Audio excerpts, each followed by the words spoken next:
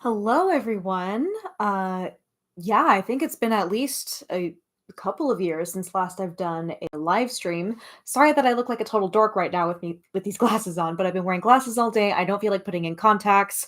It's just going to be, you know, a hot mess. Let's just put it that way.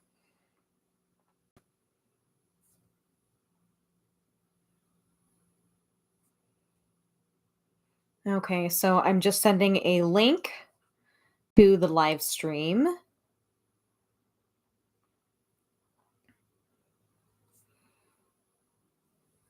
so that people can join in.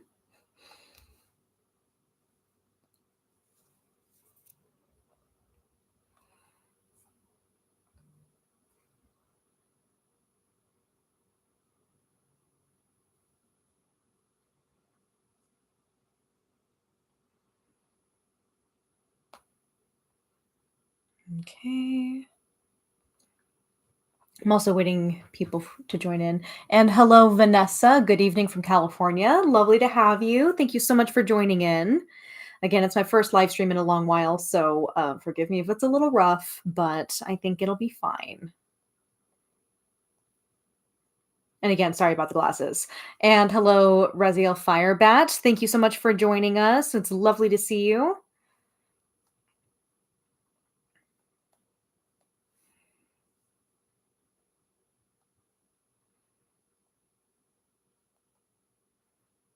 And hello, Dwell in Faith, Alessandra. Lovely to see you. Can you tell I'm excited to see you, all you guys? Seriously. So yes, today it is National Absinthe Day. And then yes, I know, go away. Okay, and hi gorgeous. Me, gorgeous? No, you're the gorgeous one. Come on, girl. Get real.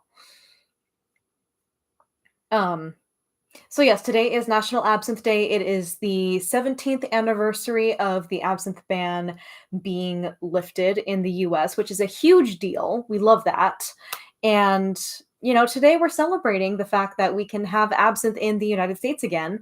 And because of what a big change, a big drastic change it was to have absinthe re-legalized in the United States, it's kind of celebrated worldwide by absinthe lovers everywhere. It's pretty great. I'll send the link to Kenny as well, and I'll make him a moderator just in case. You had a glass of Jade 1901 already? Nice. Love that.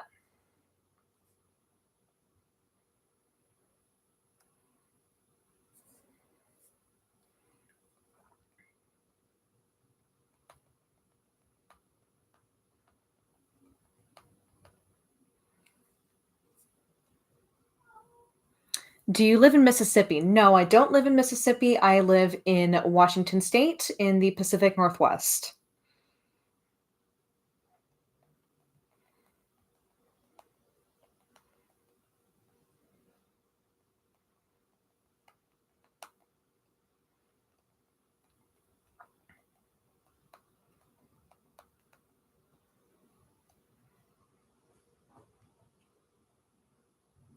And hello, Howard. Welcome. Seattle's really nice out there. I've been there once for my birthday. It's great. Now, my husband will tell you that he does not enjoy Seattle very much, but I really enjoy Seattle, and I live technically in a suburb that's about half an hour away from Seattle, and it's a decent enough distance away from Seattle to where you're not, overcrowded in a big city environment, but it's also convenient to go to Seattle.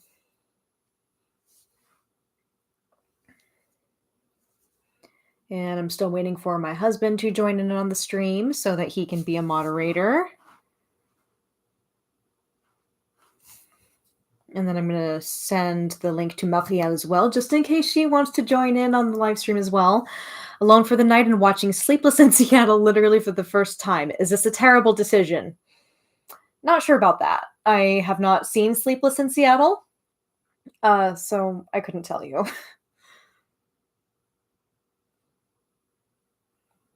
Okay, Marielle, where are you? There she is.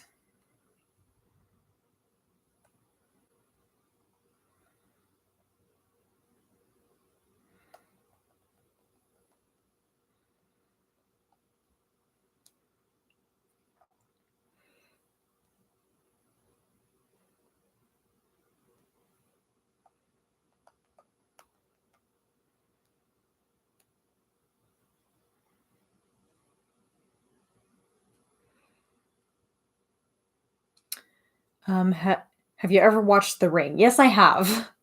I have watched The Ring.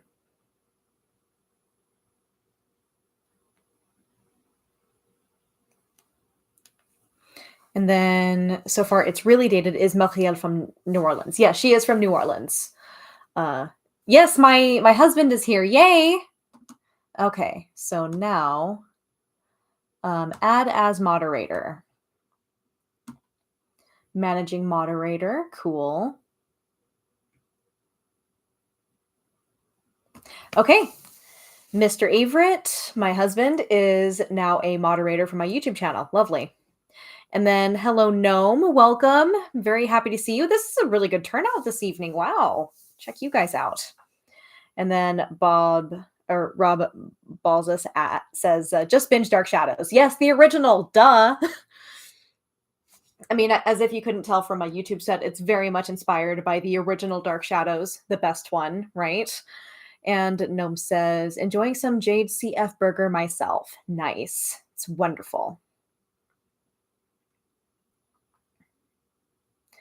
That movie was filmed in Washington State. Everything is overcast and rain every day. I find the American version scarier than the Japanese version.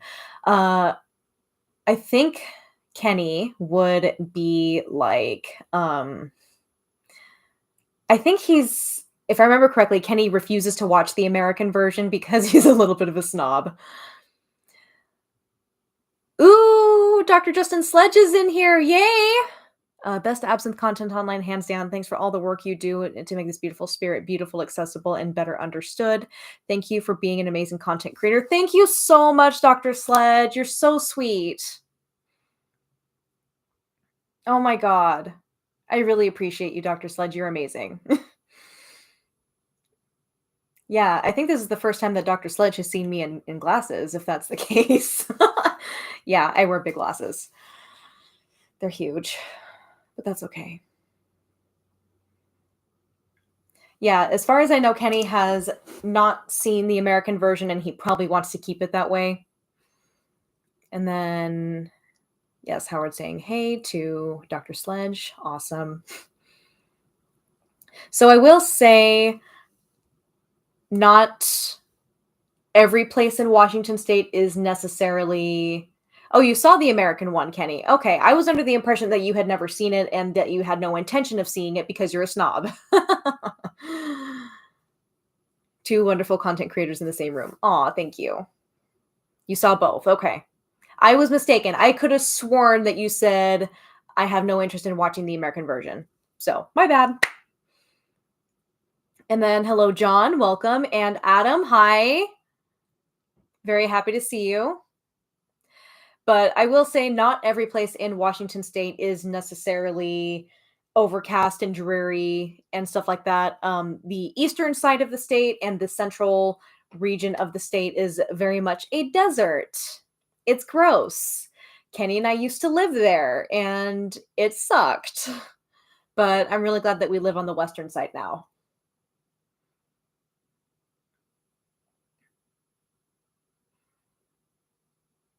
And then just in case Dr. Sledge does come in for another live stream in the future, I'm going to make him a moderator as well. Nice. It's cool you're doing a live. Yeah, I have not done a live stream in a hot minute. I'm really glad that I kind of forced myself to do that this evening because I felt bad that I didn't really have any content prepared for National Absinthe Day because I've been ridiculously busy. And so I thought, you know what? It might be fun to do a live stream and to have a good time with my viewers, my followers. I just wanted to connect with you guys again.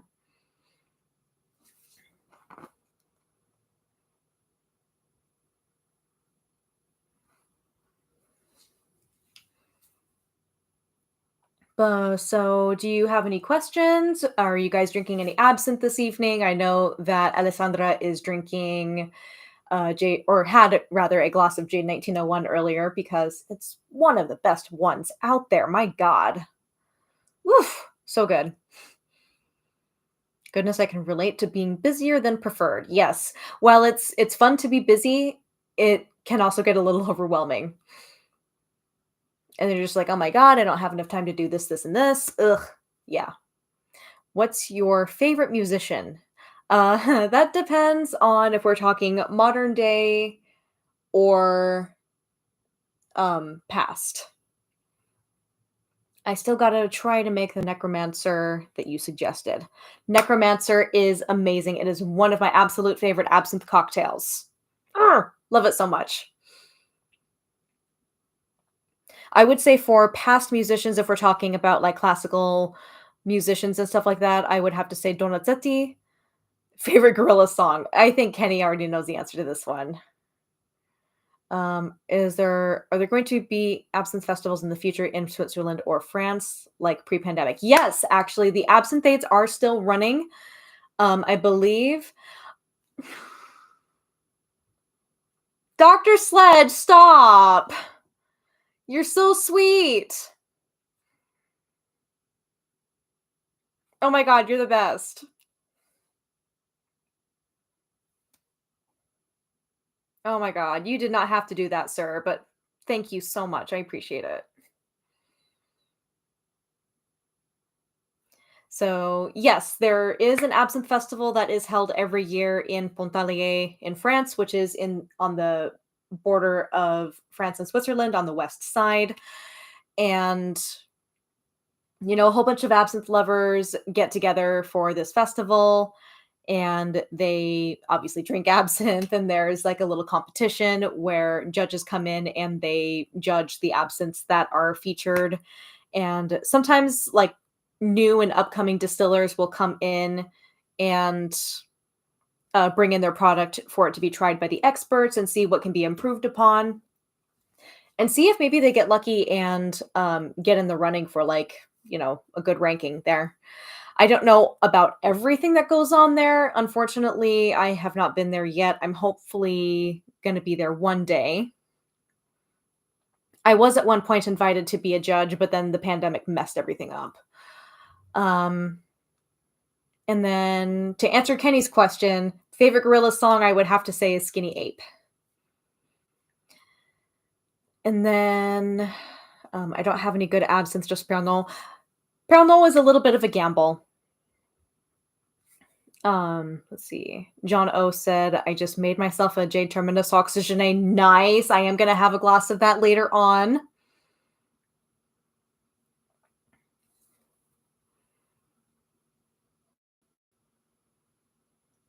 I drink all my good absinthe. Yeah, that's a genuine problem.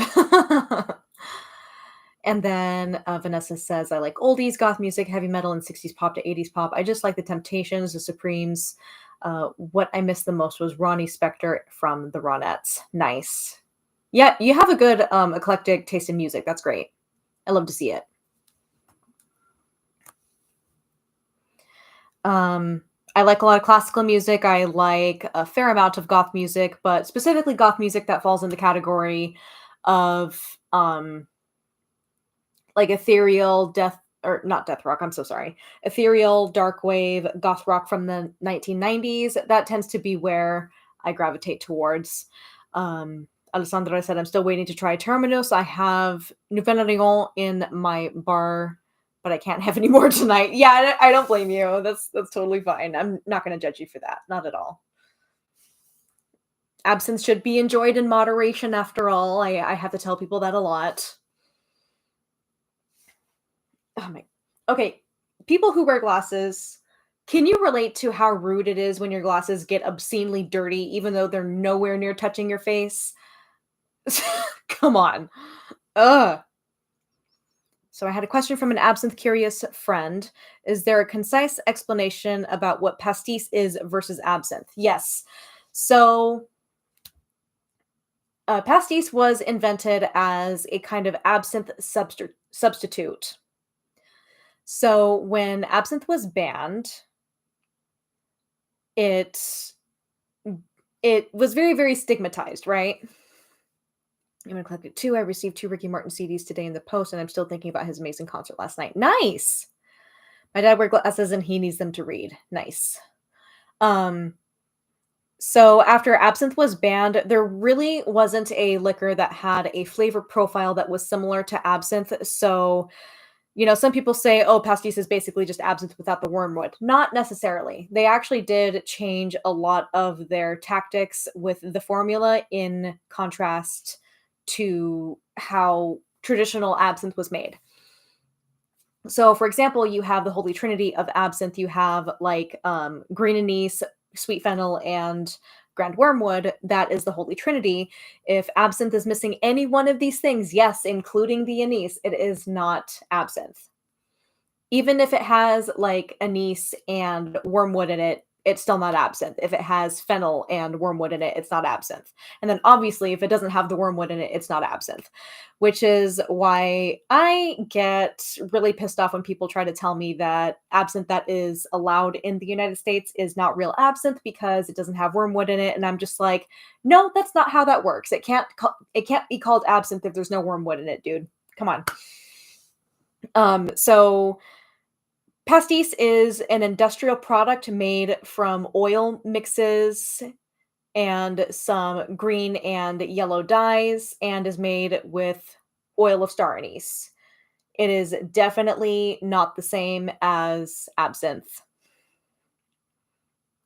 And it tends to have, again, no green anise at all. It has pretty much star anise and a couple of other botanicals thrown in there. And a fun fact about pastis when it initially became a thing, it was not allowed to be colored green because of the stigma around absinthe. So that's something really interesting. And pastis in French literally means fake. It's literally fake.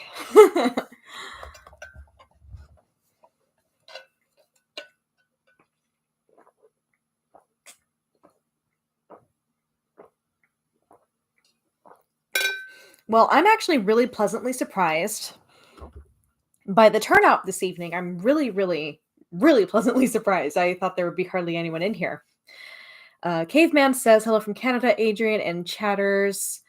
I love your videos, so informative. Thank you so much. I really appreciate it. And Alan said they tried using southern wormwood to make absinthe. Yes, that's exactly right. But then when the ban was lifted in, oh, thank you so much, John. Oh, that's so sweet. Thank you. Really appreciate it. Um, okay, I'm sorry, I got a little sidetracked. But they tried using southern wormwood to make absinthe. Yes. So I still refuse to try absinthe without your company. That's very sweet, Adam. So with southern wormwood, it is a different species of wormwood. So when people say, "Oh, there's no wormwood in it, it's not real absinthe," it's kind of like what Ted says. There's a huge variety of the family of wormwood. Excuse me. I just scarfed down an entire frozen pizza that I got from Fred Meyer. Uh, okay. Do-do-do. It must contain wormwood, fennel, and anise. No, yes, that is exactly right. If it does not contain these three ingredients, it is not absinthe, and specifically green anise. Yeah, and absinthe is weird. And I don't like their business practices. Funny thing, they actually reached out to me and tried to get me to promote their product on my YouTube channel and on my TikTok account because they saw my content, they liked my aesthetic, and they were just like, "Oh, well, we want to, um, send you a bottle of absinthe, and you can feature it on your channel and stuff like that." And I'm just like, "No, absolutely not." And I took the time to lay out all of the reasons why I have a problem with absinthe as a brand, and I read them to filth in the classiest way possible. Okay, I wish that people knew more about absinthe the way that they drink to stupidity for holidays like St. Patrick's Day. Yeah, I kind of wish that too. And John said, "Of course you're awesome." Alan said, "I'm sorry." Yes, pizza's great. I love it. Vanessa said, I remember watching the coyote chasing a roadrunner, just like in the Looney Tunes cartoons. And then pizza times three. Yes, absolutely discourage star anise. I absolutely do. And then Alan says, absente is nasty shit. I absolutely agree. Boo. Boo on Absinthe. Like, not only is their product subpar, which is bad enough, but they also claim to want to properly educate people about absinthe, but they go about it the wrong way and they really, really mislead people. That pisses me off. Sadly, it's all available in Canada in the stores. I wanted Mansynth and they wouldn't order it. What part of Canada are you in, Caveman, if you don't mind my asking? Because if you're within a reasonable vicinity of Montreal, you might be able to get your hands on the absinthe from the Canton Distillery. So, just curious. Good for you. Hopefully, your response have taught them a lesson. I doubt that it will. Ugh, seriously, I really, really doubt that it is going to teach them a lesson because unless they suffer like a huge loss of profit, which they won't because unfortunately they have really cool packaging that everyone thinks is awesome. Um let me see. For an extra $40 you can get good stuff. And then Alessandra asks, has anyone else here drank absinthe in New Orleans? I have. That was my first taste of absinthe, actually, and I wasn't quite of age yet, so that was fun. Achia Burger 68 Limite was really disappointing. I'm so sorry. Vanessa said, is Absinthe offensive or is it the day no one cared about? So the thing with the thing with Absinthe is that they were around even before the ban was lifted. And they specifically used southern wormwood. And then after the ban was lifted, they claimed to start using actual grand wormwood in their recipe. I feel like there's lipstick on my teeth. I can't tell. Okay, looks like I'm good.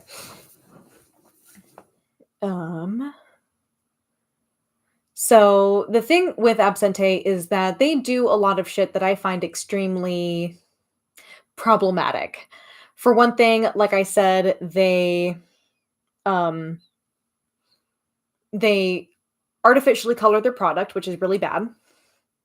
And then on top of that, they also use star anise instead of green anise, and they do add sugar in the bottle. So these are three strikes against it already, which make it a subpar product. Excuse me. And then on top of all that, again, like I say that they are in favor of educating the public about absinthe, but they do exactly the opposite in a very, very, very damaging way, in my opinion.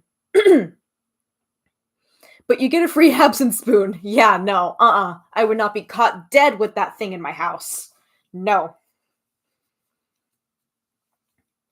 So essentially, they say that they kind of like to imply that absinthe was once hallucinogenic and that they make it the authentic way, which they obviously don't. As a matter of fact, and then Max Feliz, welcome. Thank you so much for joining the live stream. I'm so happy to see you. I'm actually really surprised at how many people have joined in. Wow. This is a nice surprise. Hey. So they like to imply that absinthe was once hallucinogenic and now it's not anymore. And there was this one time when one of their pages that was associated with them, I'm not sure if it was their main page, but they claimed, like, someone asked the question saying, oh, isn't absinthe like dangerous and addictive? And then some representative from their team responded, oh, we took out the dangerous and addictive stuff to make it more enjoyable. And I'm just like, are you fucking kidding me right now?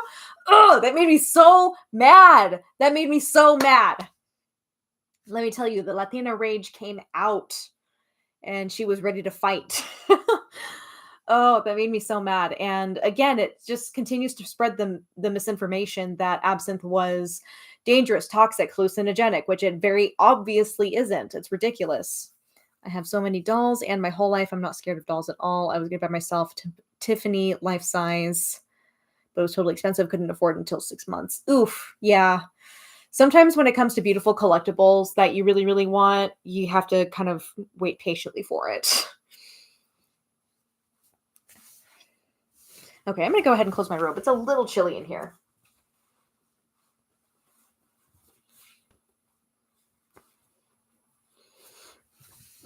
There we go. Little toastier now.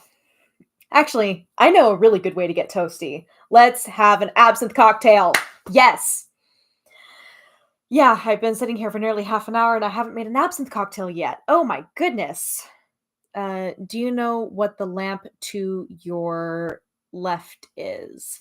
So I'm going to say probably this guy right here. Let me get this bottle of terminus oxygenate out of the way. That is a cherub. And my dad actually found this lamp on eBay and he really, really liked it. He thought I would like it. And then he got it for me. So cool. I really like it. I feel like I have lipstick on my teeth again. Okay.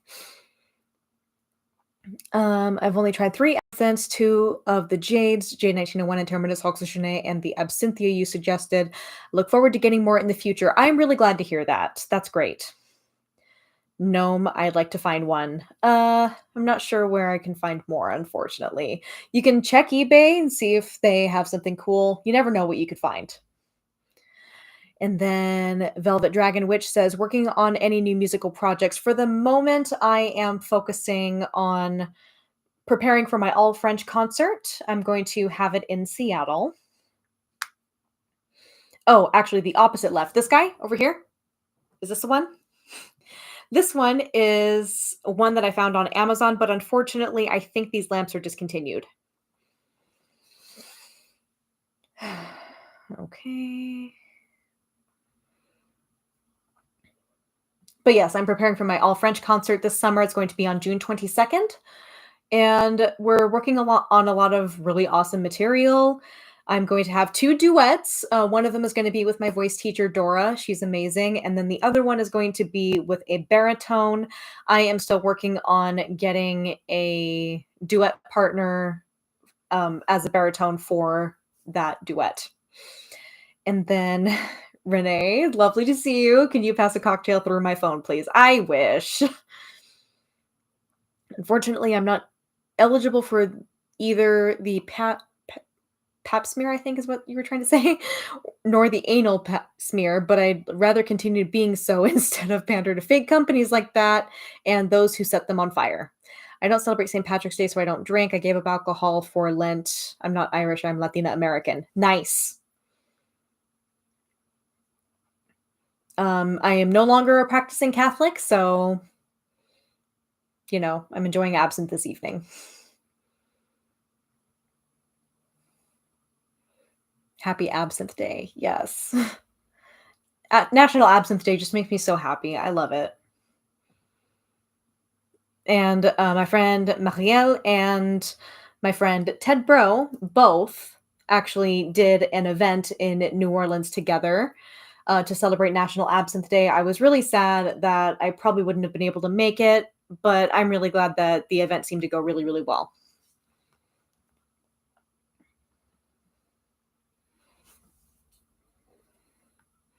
Ooh, Absinthia mentioned me in a TikTok. This ought to be interesting. Wish I could share it with you guys.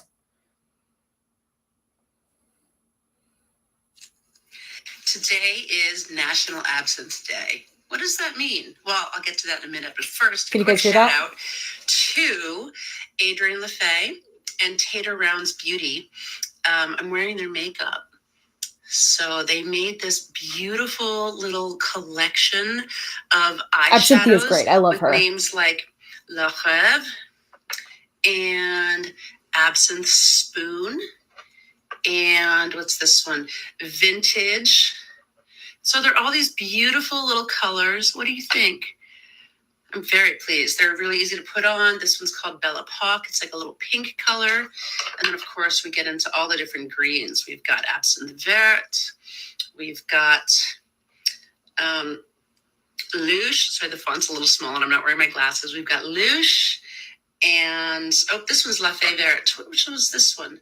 This one was, Absinthe Cafe. And then, let's see, there's She bought my more. makeup. That's so sweet. Inspiration, bright green. And there is, look at this one, Bottle. There, that's a good way to see the colors. So I had fun with those. So thank you for creating that beautiful collection of makeup. I want to talk about absinthe and National Absinthe Day.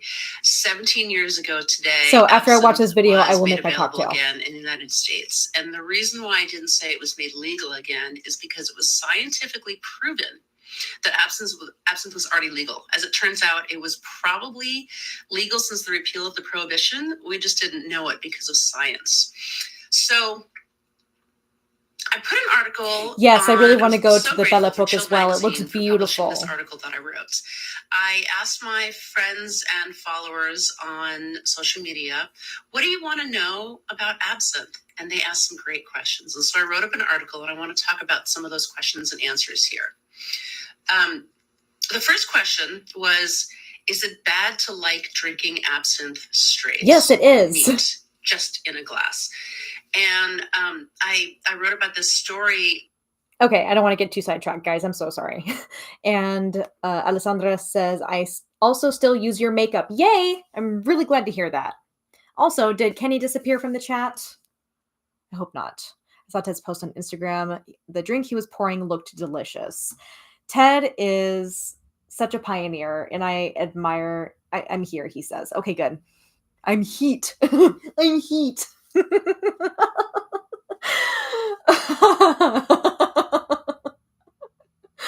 Oh my god, Kenny, you're so funny. Okay, great. So before I get too sidetracked, like I said, I'm going to go make my cocktail. Just get ads from time to time. I'm sorry. I should probably change the settings on that. Let's see if I can at this point. If I can, then I will. Okay, let's see here. Okay, I actually changed the frequency of which ads appear. So go ahead and keep the chat quiet for the moment. Just chill. I'll distract them while you grab booze. Thank you. Appreciate it. I will be right back. I'm going to make a Corpse Reviver number 2. Oh, that's how I like you, Caliente. Love your rants. Thank you so much.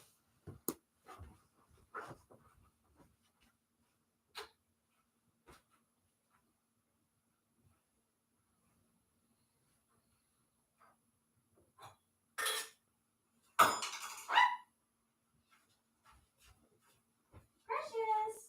Honey, what you doing, girl? Oh, there you are.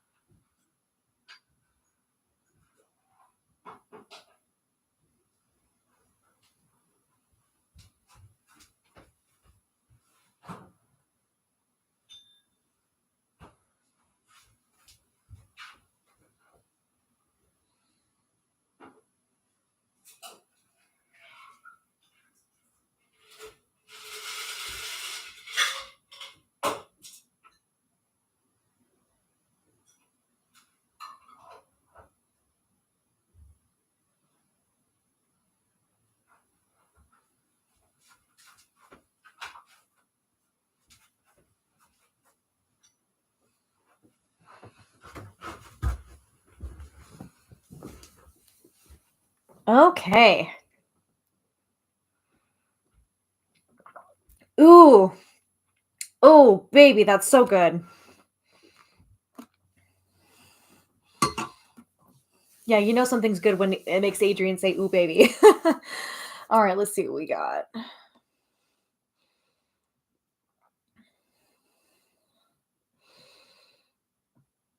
Okay. Eve Marie, I'm so glad to see you. I'm so, so glad to see you. Like, I'm very happy to see you in the chat.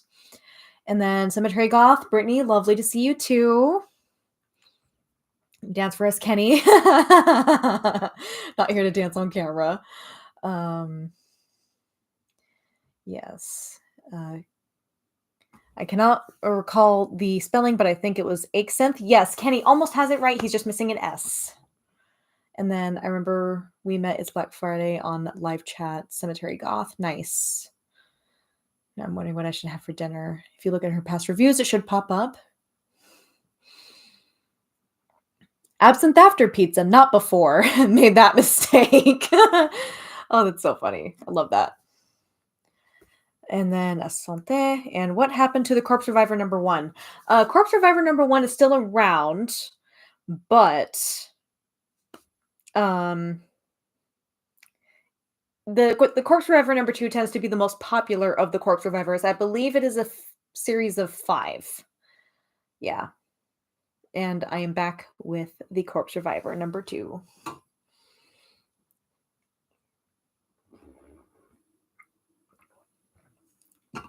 Yeah, I made sure that I had a full stomach before we did, our live stream today. So current Brandon Feast, I know you said it's a different beast, but is it worth trying? It's a gamble. I would say it's a gamble. So here's the thing. I have tried Brandon Feast from 100 years ago, and you can taste the quality. You can taste the base alcohol that it was made with having a high quality. You can taste the herbs.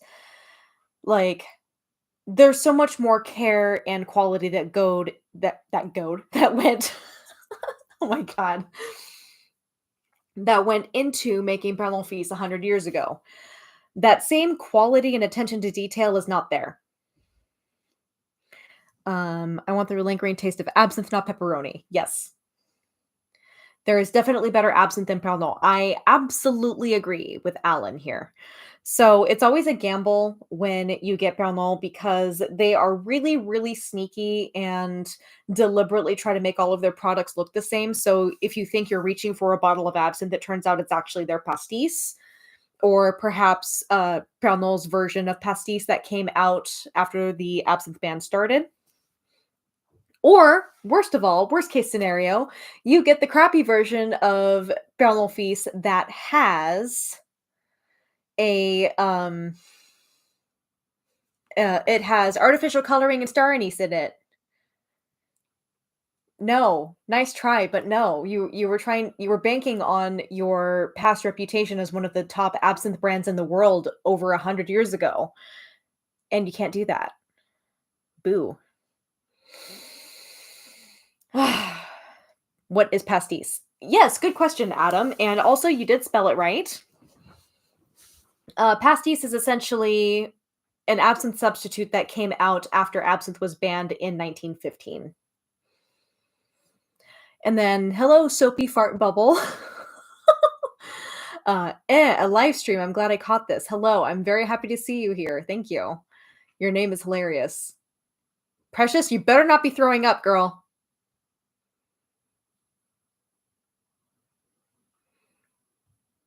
Very popular in the south of France. Yes, it's very popular in the south of France, I would say. Which is weird because you go around France, and I guess because of the stigma, the lasting stigma that absinthe has had, there aren't as many people in France who are as well versed about absinthe as you would think. It's really interesting.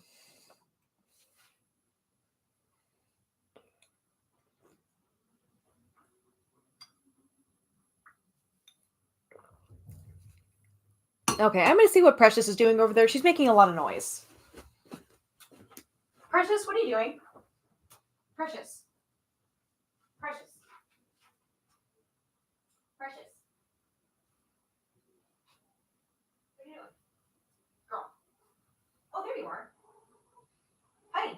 come join me?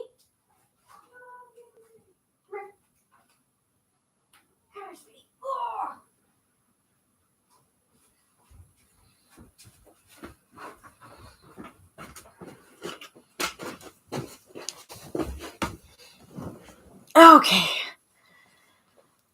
I decided to bring Precious over here. God, put too much water in my refill. That can be a problem. I actually guessed the spelling right. Yes, you did. I'm still half European after all. I'm used to phonetic spelling. Precious, were you dunking? Is that why you're all wet? Is that why you're all wet, girl? Oh. In case you guys have not met her yet, this is Precious. She started as Kenny's cat, but then became our cat when we moved in together and we got engaged and got married. So, yeah, that's her. Mm-hmm. She was making some noise over there, and I'm just like, girl, what are you doing? And I don't know what her deal is lately, but she does this thing where she likes getting up on the table behind my set and just chilling there. I don't know why. But she's a chonky little girl, and she's so cute. Mm. She is a stunning little girl. I love her. She's a cat model. She's a cat model.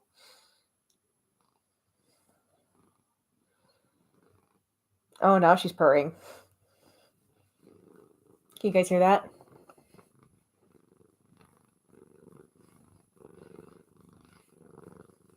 Let me know if you can hear her purring.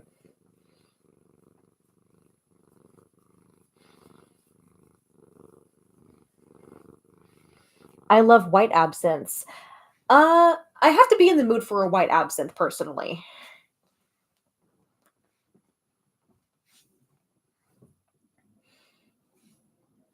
No, no purring? Okay. Well, she is purring.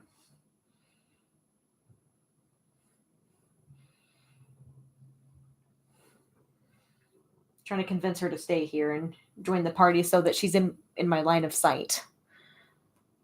I feed the local feral colony. Nice. Look at her. She knows how pretty she is. She knows she's on camera. Look at her. She knows. She's still getting fur all over my couch, but that's okay. I can't tell my dishwasher is on. Nice.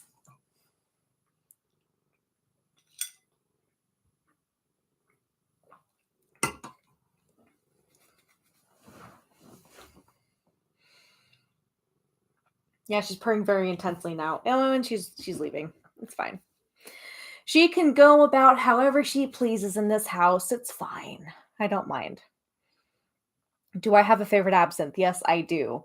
My favorite absinthe that I have ever had of all of the over 50 brands that I have tried thus far is Jade Terminus Oxygene, and after I finish this Corpse Reviver, I'm going to have a glass of that. We just put in a dry bar and keep meaning to buy that whiskey that you reviewed a while back. Yes, the Von Payne Black Whiskey. Yes, wonderful whiskey. I love that cat more than I love life itself. Yes, it's true. Kenny loves this cat so much, and I do too. She has Precious has turned me into a crazy cat lady. I'm sorry. I'm obsessed with my cat. I never had absinthe before, but I bet they look like margaritas. Not far off. It's very grossly artificially colored. It's very anesthetizing on the tongue, very unpleasant. And the fact that there is sugar in the bottle and the sweetness doesn't come from the herbs that are used to make it, that's a huge, huge problem. Crazy Cat Ladies United. Yes.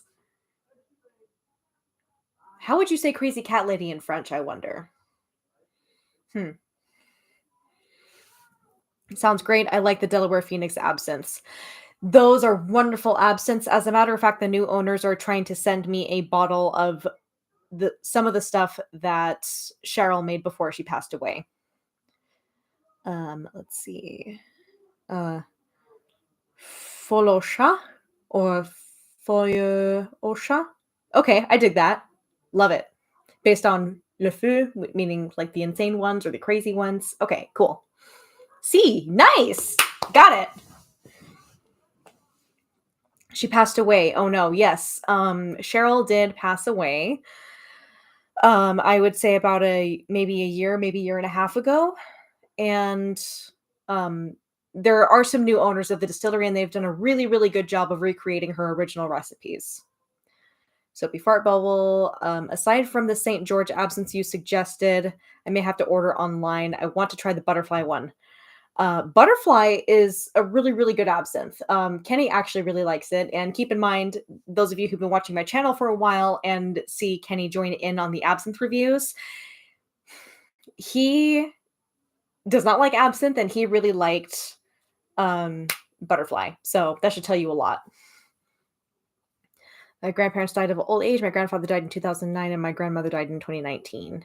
But if Ken likes it, I will probably like it. Yes, that's a really good gauge. Honestly, for absinthe newbies, if Kenny likes it, again, someone who does not like absinthe, if he likes it, it's probably a winner. I want to be able to get absinthe from her business because they stopped mainline spirits to Michigan. Oh, that sucks. I loved Blue Cat, and I think you mean Meadow of Love. Yes, Blue's Cat. I am going to be getting a bottle of Blue's Cat soon. You missed my message. Adrian, I sent you the screenshot I took of you and Precious, and I put it on Instagram and Facebook for you as well. Thank you. I appreciate it.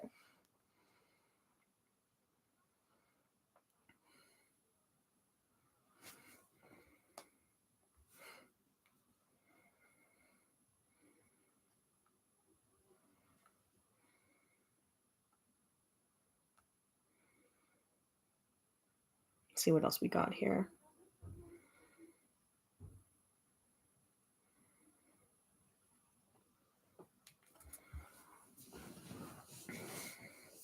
Meadow of Love. You're correct. Yeah. Meadow of Love. That's definitely a good one. It's a little sweeter than Walton Waters.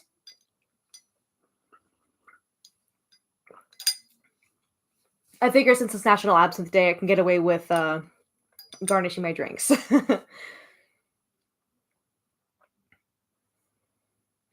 So, where is everyone chatting from tonight? I would like to know. What part of the world are you chatting from? Please tell me. Las Vegas, nice.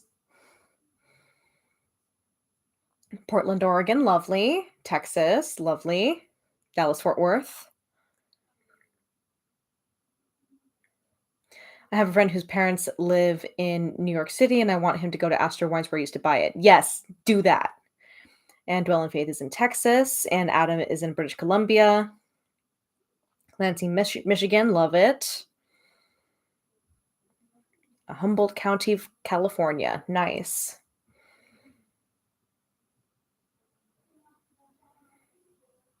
What on earth is that noise out there?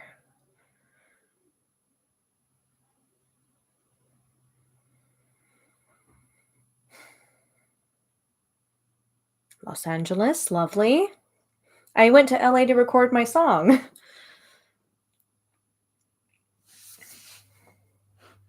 Montreal, Quebec, lovely. And Eureka, nice.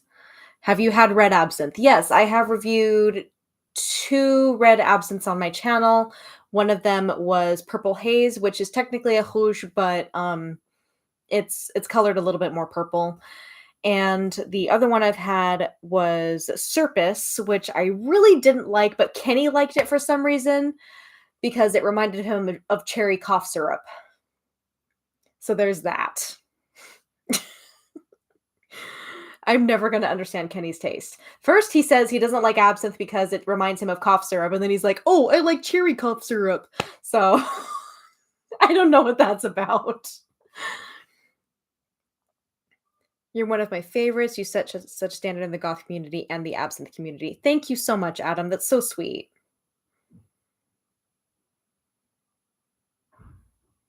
I do have a couple or one other red in my collection that I do need to try. It is called Fragments. It is by the Sar Whiskey Distillery. Rouge Absinthe, Rogue Absinthe, Rouge, yes.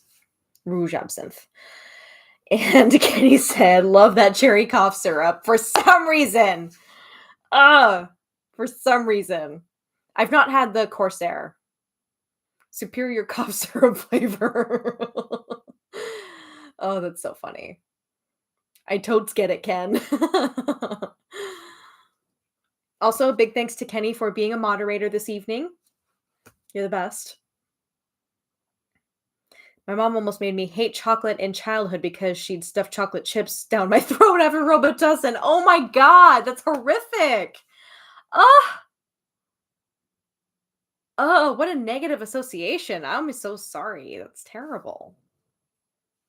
Terrible.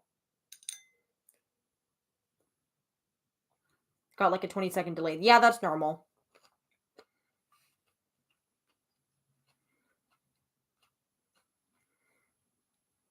Have you tried any of the Alandia absinthes? Yes, I have tried 2 of them. Actually 3. 2, actually 2. I've tried the Epoch and I have also tried the Strong 68. Fun fact, mommy never loved me. Oh my god, that's so funny. Is there such a thing as white absinthe? Yes, Adam, there actually is. It is a very broad category actually in the absinthe world. And essentially what makes it white is the lack of the second maceration step. So instead of it being colored green with chlorophyll, it's just clear. You could not tell the difference visually between that and vodka up until you add water to it, of course. Cabbages and something has a good white absinthe. Yes, there's lots of great white absinthes out there. I actually have several in my collection. My favorite one is the Vite Opal. Oh, she is a very sassy absinthe, and I love it. Cool. I never knew the science about chlorophyll. So essentially, what makes absinthe green? When the initial distillation comes out of the still, it is crystal clear, white. You cannot tell that it is absinthe. And then once it is put into a giant vat, after that, essentially what they do is they add a tea bag full of herbs to color the absinthe green. So that's where you get that beautiful green color from. It also can come with some secondary coloring sorry, not coloring characteristics, but tasting and flavor characteristics. Really interesting. Does it taste different? My obsession with Ice Goth has been making me fancy everything in white. I would say that on the whole, it has a bit of a softer, probably more approachable and straightforward flavor profile. It really depends on what distillery makes it. Copper and Kings, I mean. Spell check is wonky. Ridge Distillery is the other white I have. La Clandestine is a great white absinthe to start with if you're wanting to venture into the realm of absinthe blanches. It's probably the sweetest one, so I would not recommend preparing that one with sugar. It's very sweet.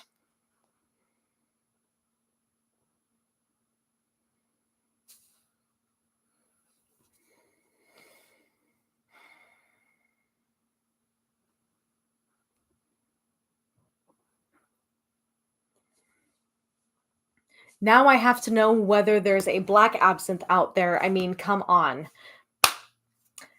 Not any authentic ones, unfortunately, because to get a black absinthe, it requires artificial coloring.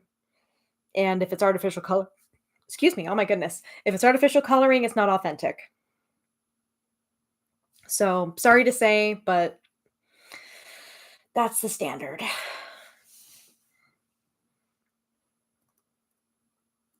I actually have had a black absinthe on my channel many years ago. I had an absinthe party at TeslaCon years ago. Nice. Hopefully there were no flames involved. I'm not keen on flames. Not at all. You could use charcoal, but still. Okay, here we go. There we go. Yeah, there we go. Erg. Keeps sticking up. Stop it.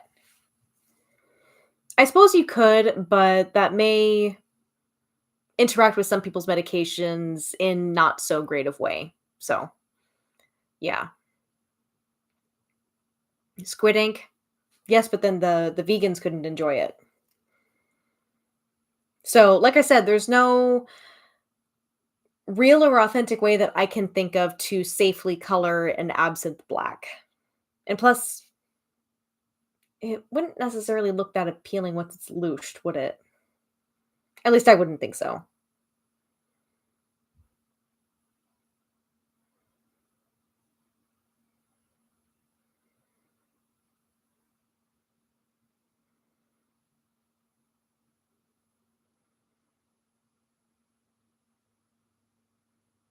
I have seen black scotch. Okay. I guess it really depends on what they use. No flames. Yes. Yes. No flames. No flames allowed. I still believe that Czechia needs to take responsibility for the ghastly fire absinthe. They've misled many people and even markets. They definitely have. Carlos Hernandez asks, how many absinthe fountains do you own? I own one absinthe fountain that is currently in use. And the lovely people over at Maison Absinthe were kind enough to replace the bowl for me and get it repaired because it unfortunately did not it did not survive the temperature shock of moving. I used a dinner type mustard plastic dispenser with ice in it to loosh. I mean, you got to go with what you got, man. You definitely have to go with what you've got. Sometimes you have to get a little creative. I'd rather someone do that than do what the old absinthe house has done.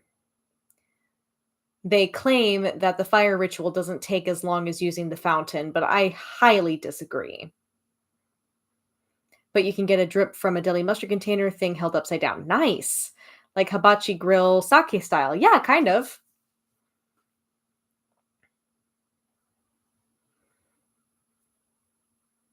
I'm a rookie. Do you have a couple of recommendations? I don't mind guard stuff. Hard stuff. Okay. So, as far as do you post on the Wormwood Society? Yes, I do. Not very often, but I do post on the Wormwood Society. I am actually a contributor. But as far as absinthe recommendations are concerned, one of the best recommendations I can recommend for a beginner would be Lucid Absinthe Superior. And the reason for that is because it is a good mid range absinthe where you don't have to sacrifice quality. So it's a really good authentic absinthe for the price that you're getting. But if you want something that's higher end and more authentic and more along the lines of what would have been consumed over 100 years ago, I highly recommend any of the Jade absinthes. Specifically, um, the Jade 1901 is really good. The Jade CF Burger / VS 1898 is really good. The Jade Edouard is really, really good. The Jade Terminus Oxygene is my favorite absinthe of all time.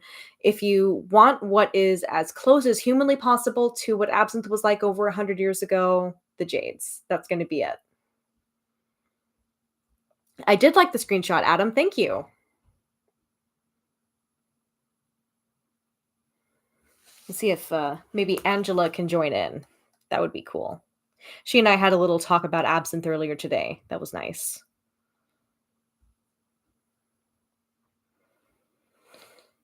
Copy, and then Angela. The last time I went to Seattle, I drank absinthe on the train, pre-legalization. Got all sorts of weird looks. It was very aromatic. Nice. That's so funny.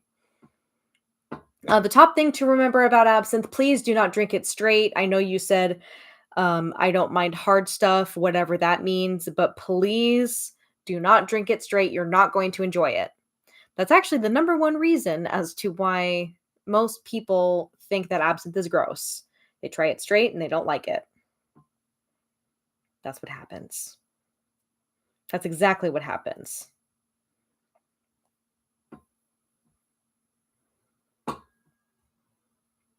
It's hard to get jade shipped to Michigan. I know. I'm so sorry, but we like I say we, but Ted is working really hard to open up distribution to all 50 states. I think it just has to do with the ridiculous, stupid, arbitrary restrictions that they have about shipping spirits across, um, yeah, across state lines. I don't understand why that's even there. Whatever. And then it was my sister-in-law's wedding. I was not going sober into that. Nice. Yeah, the Oregon does carry the J1901. That's lovely. That's absolutely lovely. Angela. There we go.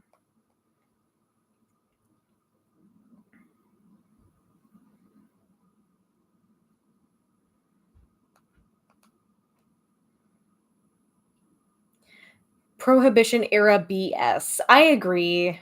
I agree. Absinthe shots. Ugh. What a waste. I agree. It's terrible. Shots are terrible. It is such a waste and you really can't enjoy it. Authenticity is always the best. I agree. And that's the whole reason why I do this. Because without there being a decent standard of how absinthe should be made and how it should be consumed, then yeah. Do you like it when shows like Penny Dreadful have mouthwash colored absinthe they drink straight? Absolutely not. I actually did a little reaction video for one of my like National Absinthe Day videos I did a couple years ago. And I did include that scene from Penny Dreadful where they were drinking literally mouthwash colored absinthe. I will admit they did the accoutrement all correctly. All of the equipment they had was correct. But I just could not get past the absinthe being literally scope colored. That's so gross. I could not. I can't. That's so bad. I cannot even. It's terrible. Is it hard? It is hard to get alcohol shipment to Oregon. Yeah, no. I don't even know why. Again, I don't understand why there are such stiff restrictions about shipping spirits in between state lines. I don't get it. But whatever. Those reaction videos were great. Thank you, Gnome. I appreciate that. Funny story. So here's the thing. I watched Moulin Rouge when I was a kid, and I didn't really realize much of what I was watching. But then the OLCC is insane. Yeah, I don't like it. Sorry, itchy nose. Anyway, so I first watched Moulin Rouge when I was a kid. Really didn't get that much out of it when I was a kid when I watched it at the time. And then later on, everyone kept telling me, oh yeah, the absinthe scene in Moulin Rouge. And I'm just like, okay, I got to see this thing. So then I look it up and I'm just like, no, no, no, no, no, no, no, no, no, no, no. I was so mad about the fire. Thank you, Adrian. And you have so much representation in the absinthe world, goth music, bisexuality in our queer community, your Latina community, and so much more. You are truly a woman of passion. Thank you so much. I appreciate that. So I finally decided to rewatch it as an adult, and I hate to say it, but I kind of fell in love with it. I can easily say it is a guilty pleasure movie of mine. I typically don't like movies where they have like recycled music. Now, it's one thing if the movie in question like plays a lot of songs like within the context of the movie in order to emphasize a certain feeling in the scene or whatever, but I don't like it when it's recycled music and they try to pass it off as their own. But boy, some of the songs in Moulin Rouge really slap. Do you know of any short film or absinthe that shows absinthe drunk in the correct way? Yes, I do. I know a couple. I hate musical as well, but love Moulin Rouge. You know what I'm talking about. You get it. Yes, Bram Stoker's Dracula is absolutely a correct depiction of absinthe. Absolutely correct. That's actually what made me fall in love with absinthe when I was 11 years old. Made me curious about it. I'm just like, what the fuck is this? This is awesome. I need to know more about it. I'm very passionate about absinthe, can't you tell? And I will say the scene in The Alienist, not sure what episode or season it is because I haven't watched the whole thing through, but that scene was depicting absinthe in the correct way. But yeah, I usually am not a fan of musicals. I don't like musicals that use recycled music, but boy, Moulin Rouge gets me in the feels. Someday I'll fly away as Winona seductively sucks on a sugar cube. Yes. Oh my god, yes. And then the songs from Moulin Rouge that I love the most are One Day I'll Fly Away and El Tango de Roxanne. Wonderful. Unfortunately, I'm not as familiar with One Day I'll Fly Away as I would like to be, but I would like to master that song. It's really beautiful. Maybe I'll come out with my own cover. I don't know. Maybe I don't have the right voice for it. I definitely don't have the Broadway type voice. Roxanne, oui, yes. Roxanne. I have the silent Moulin Rouge. I need to watch it. Really? Okay. Silent one. Color me intrigued. Oh, yes, The Alienist. Yes, my friend Rory was actually the one that brought my attention to the Alienist scene.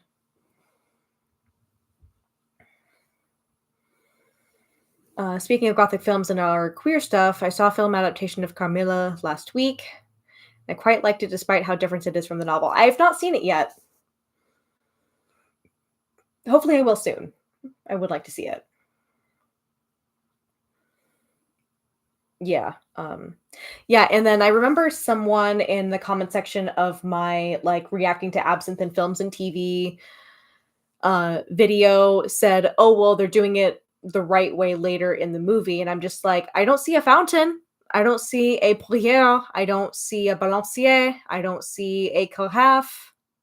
I'm only seeing like glasses of already loosed absinthe. They're not showing the process in the right way, unfortunately. Yeah. All right, so I'm going to go ahead and take care of my cocktail glass, and I will get the pièce de résistance of this evening, Jade Terminus Oxygenée. Whew, so good. I just read A Certain Hunger. They mention absinthe in the first 20 pages. It's trying to be a female Hannibal Lecter. Ooh, okay.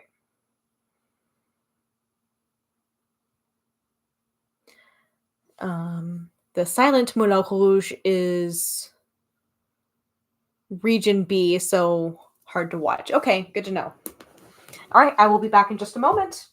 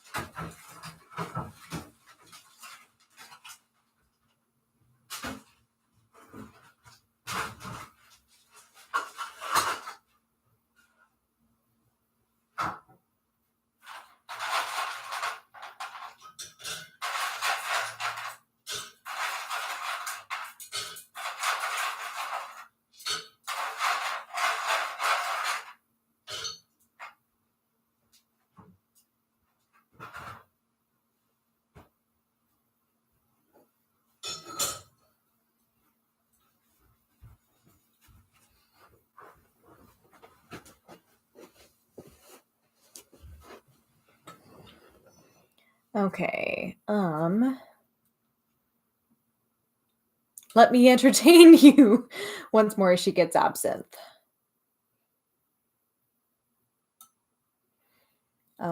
With the Steve Martin movie Roxanne, I thought. Where's the absinthe scene, Roxanne? Nice. I'm jealous. The Jose Ferrar Moulin Rouge is good. Just sit on that lovely couch. Isn't my couch lovely? Honestly, it's one of my most prized possessions, partly because I reupholstered this thing myself, and it could be potentially as old as the 1890s, so it's very on brand for my channel. The couch is fairly comfy, but I do prefer the TV couch in our living room. Yes. Different film, same title, 3, I think. Used to have a red velvet couch when I lived in California. Nice. Oh, your ex sold it? Boo! Sucks. Do you know if there is a list of absinthe bars online somewhere for the USA?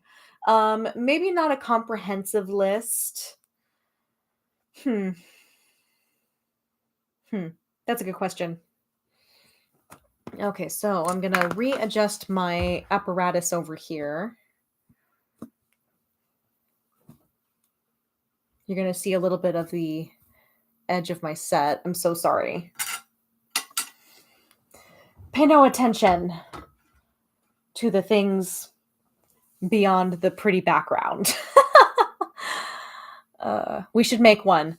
Yeah, I don't think there's a comprehensive list yet. Actually, I'm gonna check. It may not be updated, but I'm going to check Ted's book, Absinthe the Exquisite Elixir. I'll be back. And thank you so much. I'm really proud of my couch. Precious loves laying on it, but lately she's been prone to getting up here on the table behind the couch. Thankfully, she doesn't wreck anything. We don't know why she likes being up there. She just does.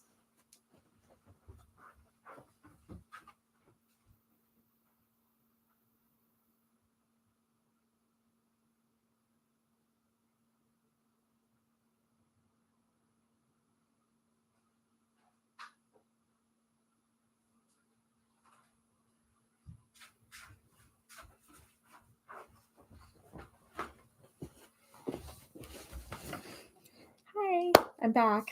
So here I am back. I have a copy of Absinthe the Exquisite Elixir by Ted Bro. I'm really glad that he sent me this. That was so sweet. I don't feel comfortable ordering absinthe anywhere besides New York City or New Orleans. Yeah, that's valid. That's very valid. And also, Ted actually signed this book for me, which was incredibly sweet. I can't believe he sent this to me and he signed it. Oh my God. Ted's amazing. I still can't believe I met him in person and had dinner with him. That was wild. Sorry, that got really loud, but I'm just really excited about it. Oh, he seems like a real gentleman. He is. In the most wholesome way possible, I will say he could not keep his hands off me. I don't know what it is, but he's very charming. He's very sweet. He tries to come off like this really aloof, like smart, chill, intellectual dude whenever he does his events. But when he and I had dinner together, he was as giddy as a teenage boy. Oh my God, it was great. I still can't believe he and I met in person and had dinner together. And that was also my first time trying oysters, and I loved it. Okay, I am checking the back of Absinthe the Exquisite Elixir.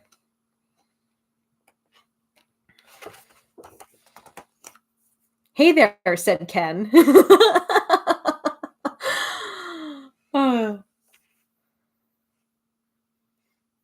Dems fighting words. Oh.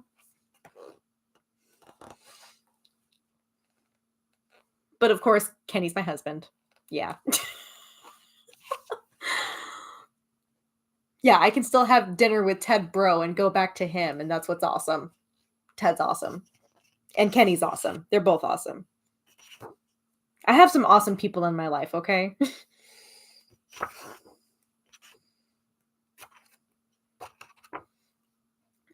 I like our communities. Goth, steampunk, absinthe. I love them all. Great! That makes me so happy. Guys be handsy. They can be. They can be. No big deal, though. Like, it wasn't so much of, like... It wasn't so much of, like, oh, hey, I'm touching you for the sake of touching you kind of thing. It was more like, I'm touching you because I feel comfortable with you kind of way, if that makes sense. In which case, I'm okay with that.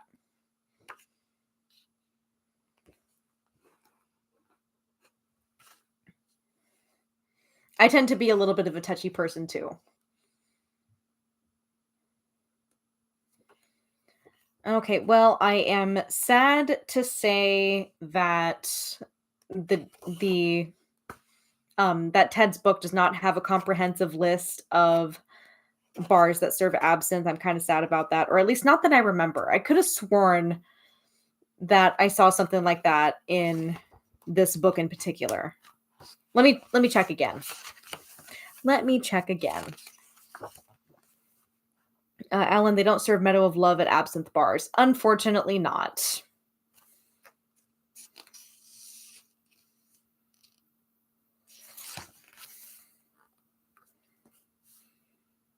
Absinthe returns.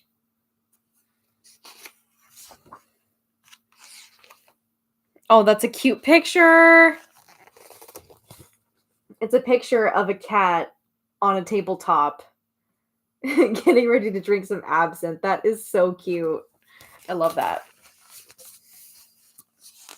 And Ted acts like he doesn't like cats. I think he has a little bit of a soft spot for them personally. Trying to keep a list of current would be difficult. Yeah, because there were a couple of... Didn't Ted talk about a recipe for cooking with absinthe? Yes, he did. A common one is the absinthe Rockefeller, or no, oysters Rockefeller. There we go.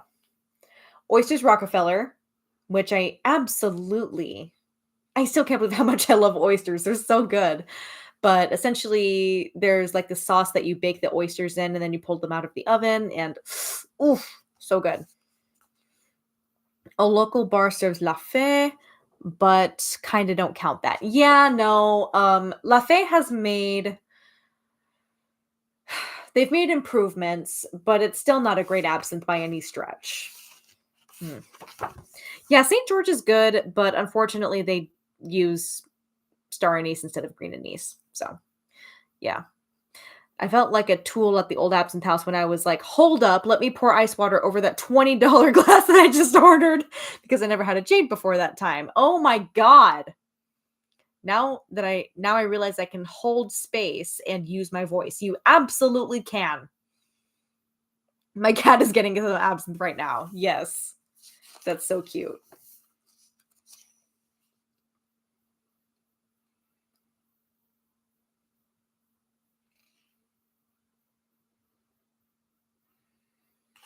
Yeah, I could have sworn that this book did have like a list of bars that served absinthe, but not now. Maybe I'm remembering wrong. I don't know. But I really wish that the old absinthe house would knock it off with their bullshit about setting their absinthe on fire and insisting that it doesn't take as long. I doubt it. I highly doubt it. Not cool. Not cool whatsoever. Don't dig it. Not fun.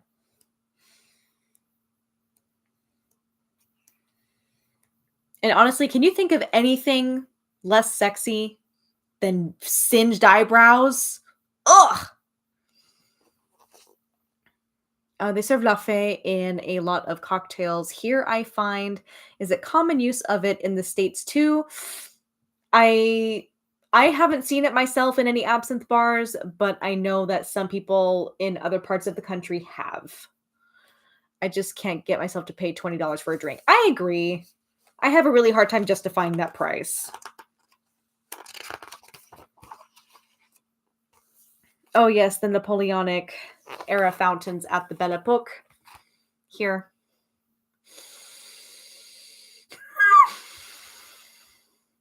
Oh my god, this is going to be so amazing when I finally go. I'm wondering whether or not one can use white absinthe with raspberry lemonade as a cocktail. Sure, absolutely. I don't see why not. Like, lemon juice is actually a really common ingredient in some absinthe cocktails. So there is historical precedence to it. Why not? As long as you're not setting it on fire, you can do whatever the fuck you want with it. Setting it on fire or taking it straight. Please don't do that. Not recommended. Okay, I'm just checking through one more time just to make sure. And there are some absinthe food recipes here as well. Scallops, orange, and absinthe butter sauce. Ooh, baby. That sounds really good. Woo! Rachel, hi! I did a hot toddy version of an absinthe and it was delicious. Interesting. Okay. There was an absinthe drink called Death on the Nile at TeslaCon. Interesting. Okay. There was an absinthe themed bar in Old Town that served absinthe, but I don't know if it is still open. There was one in Southeast Portland, but I have not been there for years. No, setting on fire is ridiculous. It's not pudding or Mediterranean cheese. Absolutely not, Adam. I agree. Absinthe with fresh raspberries is good. Nice. Okay, so Adam's on the right track is what I'm hearing. I would rather pay $100 for a whole bottle. I can get 17 or 12 to 17 drinks out of. Yeah, I agree. And also, I would also love to start an absinthe bar. I have my bartending license now. I am a licensed bartender. Ooh, absinthe mussels. Oh my god. Girl, I am drooling. Absinthe fettuccine lobster thermidor. Oh my god.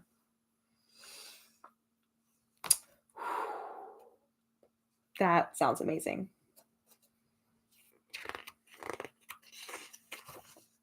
If only I could have pasta, but I can't have pasta because I have insulin resistance. See, that's what happens when we listen to the experts instead of challenging them just for the sake of looking smart. I agree. I agree. I would really love to see like these nitwits who insist that absinthe is supposed to be hallucinogenic or that absinthe is supposed to be set on fire. Like, seriously, look at these fucking photographs, dude. Do you see fire in any of these at all? Please tell me. Do you see that at all? Okay, no fire. It's not happening. Sorry. As I often say, I'm not opposed to the speakeasy way. Nice. Yeah, as I often say, it is hard to prove a positive or prove a negative rather. So it is so when we try to show evidence of people, not setting absinthe on fire in the pre-ban era, it's difficult to find out evidence of people not doing it because it's a negative. People not doing something is a negative. Absinthe pairings, what city are you in? Honestly, most of the time when it comes to absinthe and eating something, I try to reduce it to just like dark chocolate. Dark chocolate and absinthe together. Woo! It's so good. Okay, I'm checking again just to make sure I didn't miss anything. I don't think I did, but I'm just double checking. It's like bibliography. Oh my god! Isn't that interesting?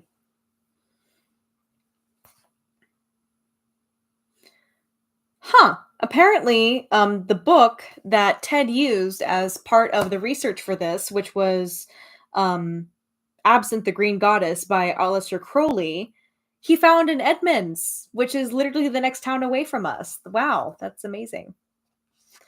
Let me see. I'm glad I got to go to the Absinthe Bar in San Francisco. Pre-pandemic, it's since closed down, but I did get to try Jade there per your recommendation. Absolutely. And then we should make a spiritualist parlor serving spirits. Oh my God, yes, I love that idea. New Orleans had a lot of bars that set it on fire. OMG, dude, didn't you try to make your own absinthe? Ugh.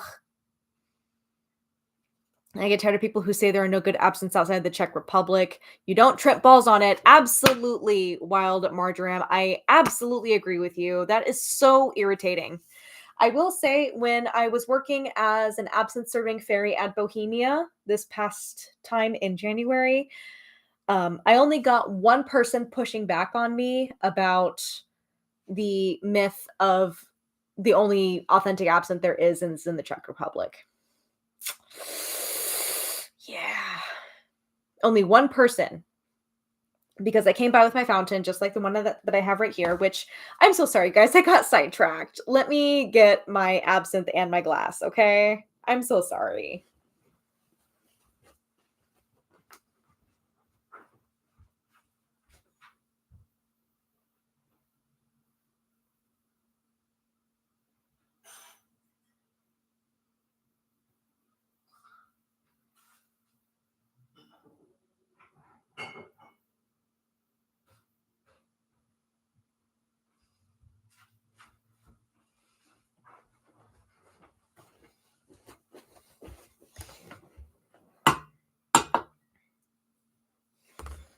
Lucid drunk feeling, though. Yes, absolutely. And also, mixing laudanum with absinthe was not really a thing. Victorian Sentinel absinthe bar. I agree. That would be amazing. That's exactly what I would do. Oh, any reading tips for someone with ADHD? I'm probably not the best person to ask. I would recommend checking out a YouTube channel called Lady of the Library. She is a PhD student who also has ADHD. So I can recommend her channel and her content very safely. Okay, I'm just adjusting my apparatus a little bit over here so I have a little more room. There we go. I should have thought of that before. Why didn't I? Because I'm a doofus, that's why.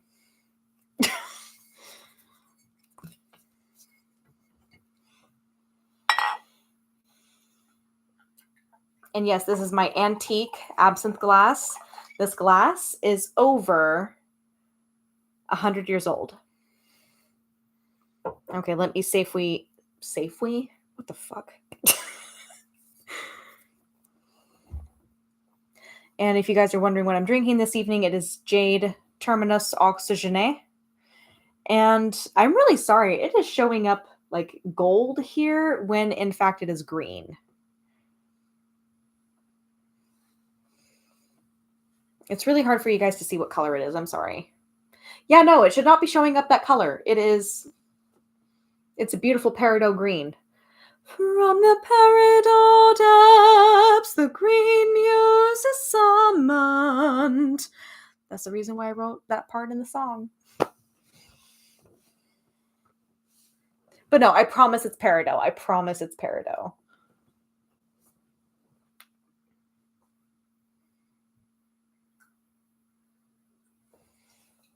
Lushing my absinthe. It's fun to talk about this, and I will get a glass of white absinthe later in your honor. Thank you so much. That's so sweet. And also, this is the absinthe I'm drinking now. Jade Terminus Oxygene. My absolute favorite absinthe ever. Ever. And then the glass is bigger than the Bonacaz glasses. Am I right? Yes, absolutely they are.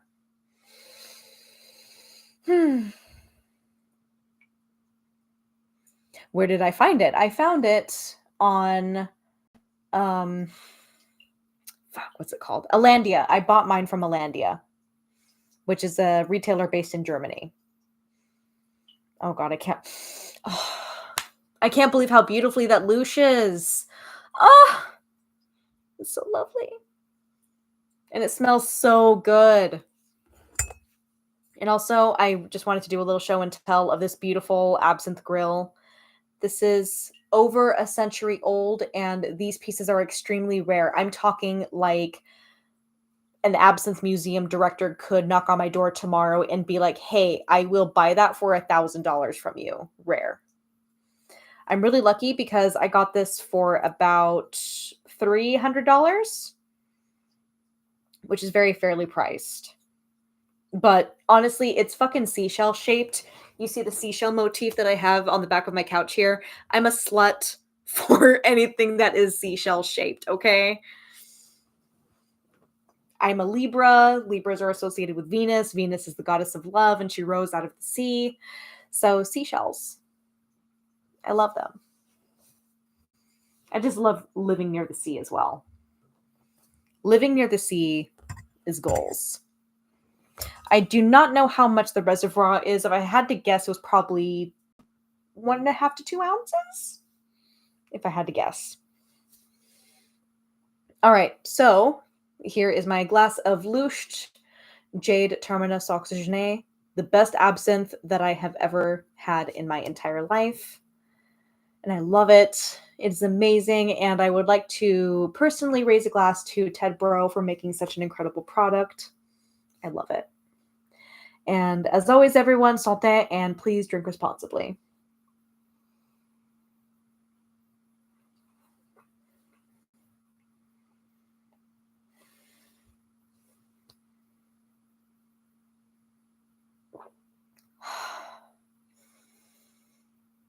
Oh my god, that's so good.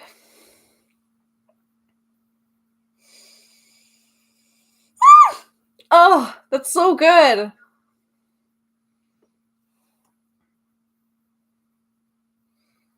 Every time I try this glass of absinthe, I just about lose my mind. And Dwell in Faith says, I have to retire. Sorry. Fun chatting with y'all. Night lovely. Thank you so much for joining us, Alessandra. I really appreciate you. And you know what, Marjoram? I am going to make you a moderator in my chat because you've been awesome this evening, and I'm really happy to have you. All right, let's see here. You know what's cool about my computer? It's touchscreen. It's really awesome. Absinthe is a really interesting blend of science and poetry. And it's one of the things I love about it. And then Yves Marie, I am going to make you a moderator as well because you've been lovely. And you know, the more moderators, the better.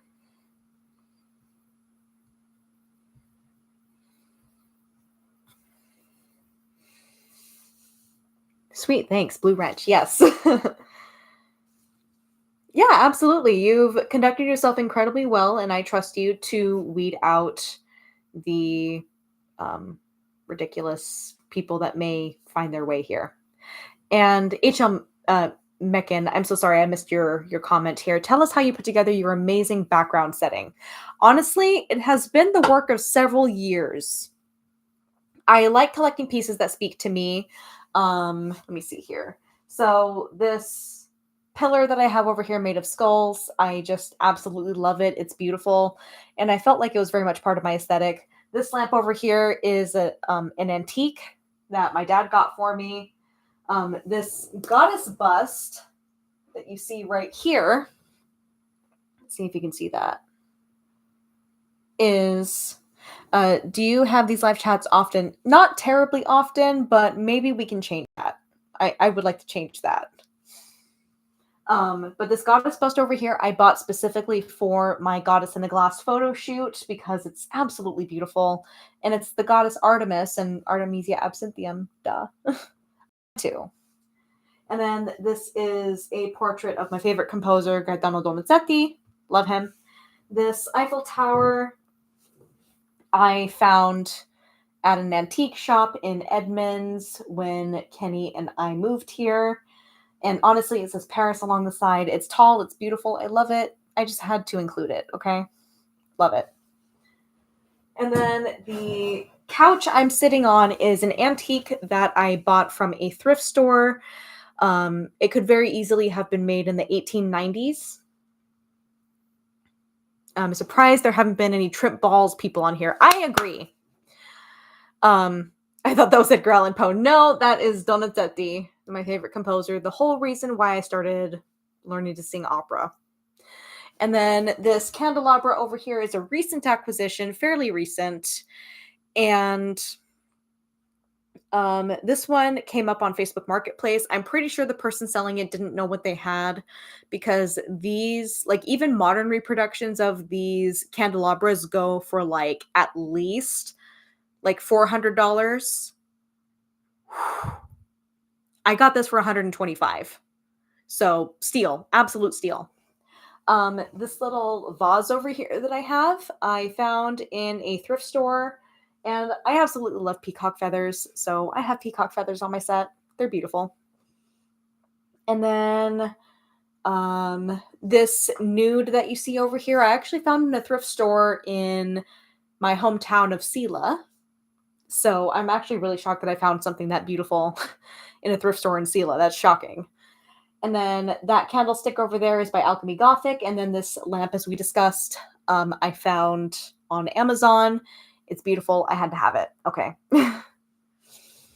And then I collected these pillows to go on my set. I love them. And I reupholstered this couch myself. I love antiquing. I got a $1,000 typewriter. Wow, for $90. That is a steal. But yeah, I'm really proud of my antique collection, especially that candelabra. Can you tell me that candelabra is not fucking lovely as hell? It's beautiful. It's green. It's gorgeous. It just is screaming Belle Epoque. How could I not have it in my collection, dude?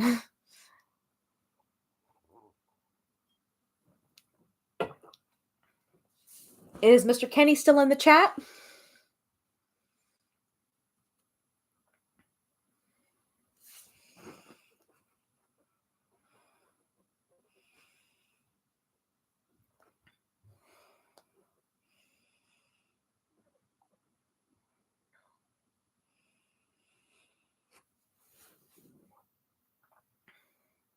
Did a wonderful job mixing the shades of green with the red too. Thank you. So I know that these pillows look like they're blue, but they are actually a very light sage green. And I really love them. You doing okay, Kenny? Are you surviving? How's your cough?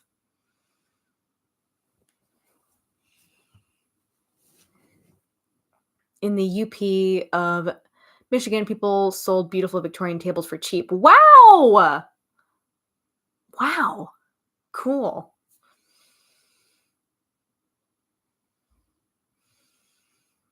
Because people didn't want them. Yeah, at some point I don't blame them, but at the same time it's just like, but it's so pretty. Why?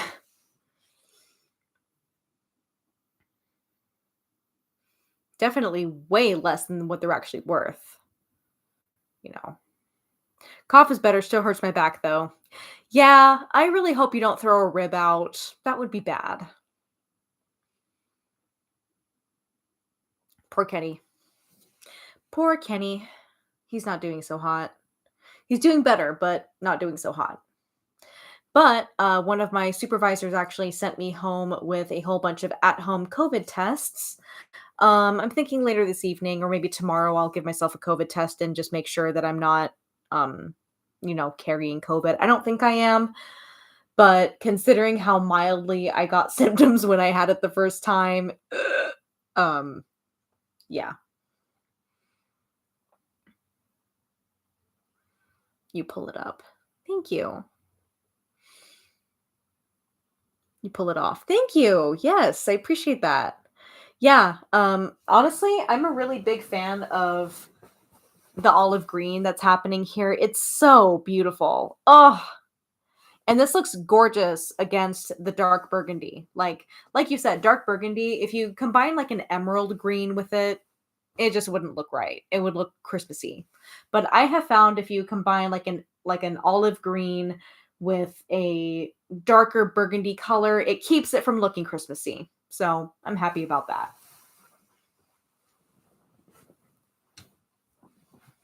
Precious absolutely loves laying on these pillows too. Like we have actually caught her a couple of times laying on laying on these like circular pillows. She fits perfectly on these circular pillows. She will curl up in a little ball on these circular pillows, and it's so cute. And then olive peridot green is amazing. It is. It's wonderful. Just playing a game and listening to my lovely lady. Oh my god, Kenny, you're so sweet. You're so sweet. Yes, I got COVID from my boyfriend's parents. They were here from out of state at my place for an hour. Yeah, Kenny kind of unexpectedly caught it while he was on the road last week for training. So, literally, the moment he came home on Thursday night, he was just like, babe, don't hug me, don't kiss me. I'm gonna sleep out here tonight. I have a scratchy throat. I don't want you to get sick too. So, yeah. Looks classy, the stage in dark red. Isn't it though? It's so beautiful. Peridot's my birthstone. I used to hate it, but now I can relate to it. Nice. That's honestly how I used to feel about my skin tone, because I used to be like, oh no, I have an olive skin tone. It's going to be really hard for me to find makeup that looks good with my face. Cosmic. I'm new here. What is this channel about? Are you related to Anton LaVey? I'm not related to Anton LaVey. That's just my screen name. Or like stage name, I guess. And this channel is about the gothic subculture, new goth music, and it has also been a really good hub for learning about absinthe. Yeah. My birthstone is sapphire. I was born in September.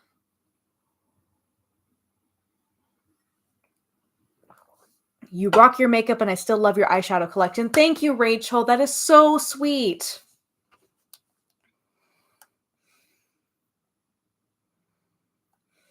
Ooh, Ted just finished up with his event.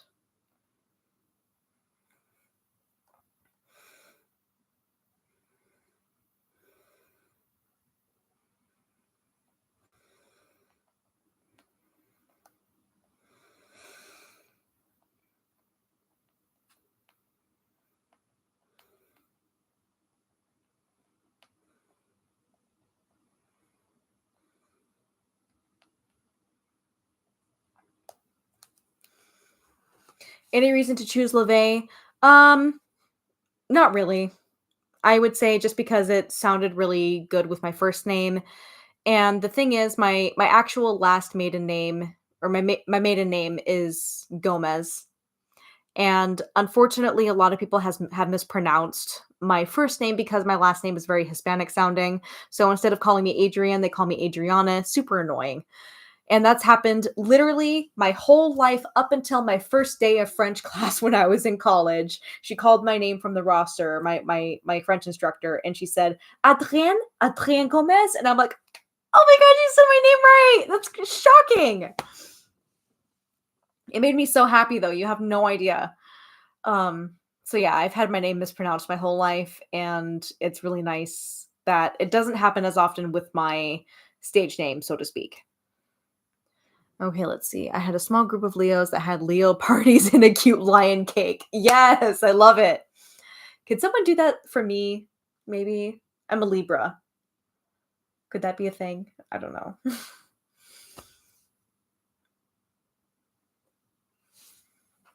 Dude, that's so cute. Yes, it is. It's so cute.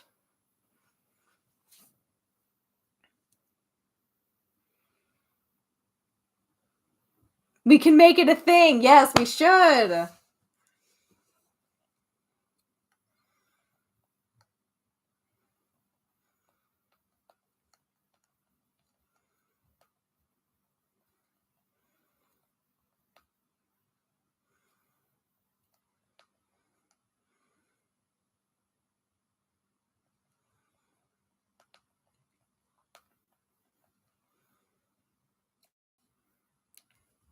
Can you friend people on here? I was going to post some short films I did, some video work from the 90s. Um, I know in the early days of YouTube, you actually used like a friend group thing, but if you guys have like profiles or Facebook profiles, then I imagine you guys could probably post your links and follow each other. Do you drink a certain glass of absinthe on your birthday? Yes, I do actually. Jade Terminus Oxygene. I believe I had a glass of that for my 29th birthday this year.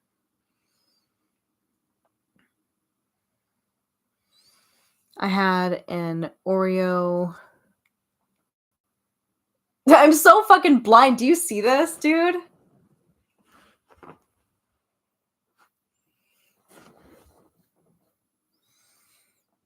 Ooh, what's with all the hearts?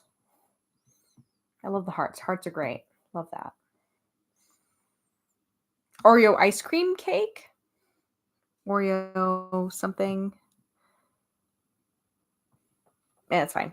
Oreo. Is that what that says? There's a little heart blocking the word, so I can't read the whole word. Sorry.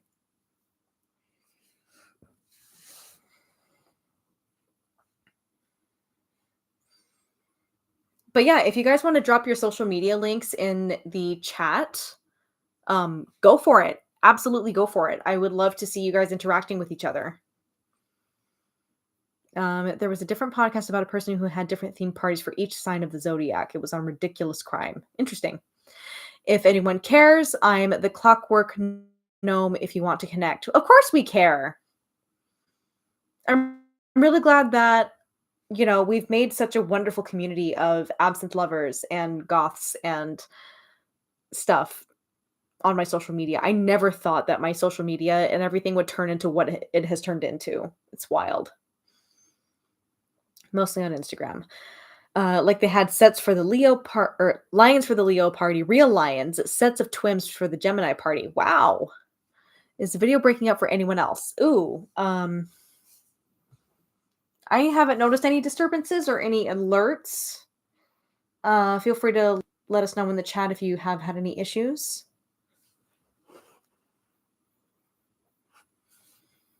Yes, it is. Okay. Yes, and we Twitch. Not for you? Okay. Thank you, Renee, for letting us know and for reminding me that you're here.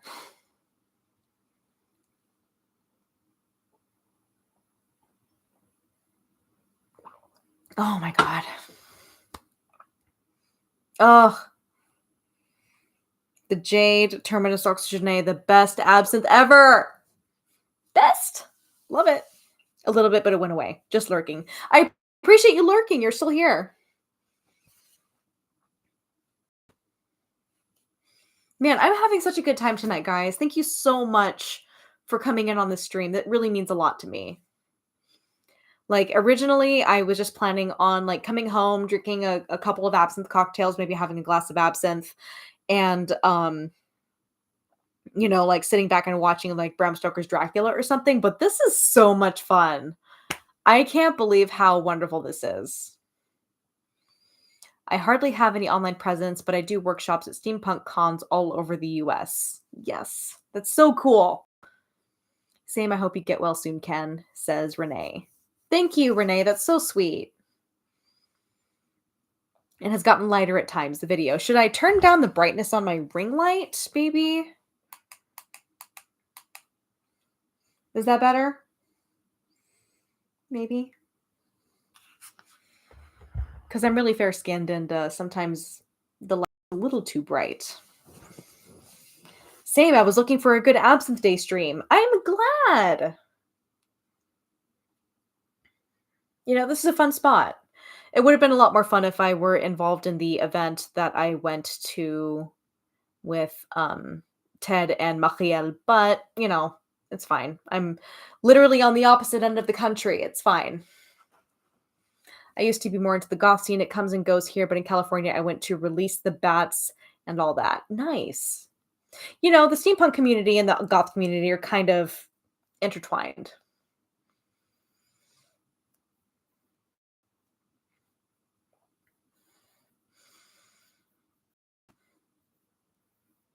I'm going to send a link to the live stream to my voice teacher because I know that I have the same problem with dark walls. It makes it worse for some reason.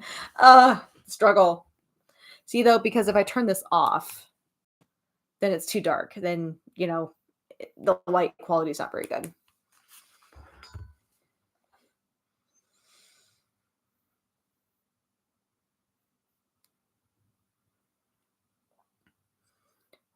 day I'll fly away.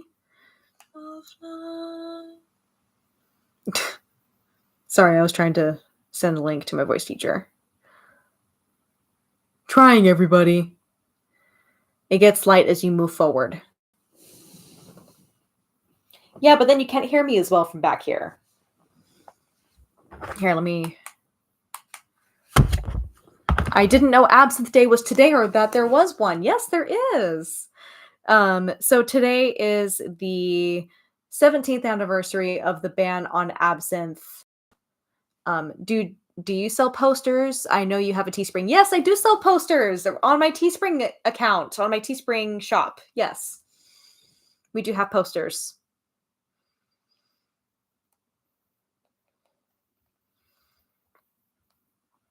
But yes, National Absinthe Day, celebrating the 17th anniversary of the ban on absinthe getting lifted in the United States, which is amazing. It's absolutely amazing.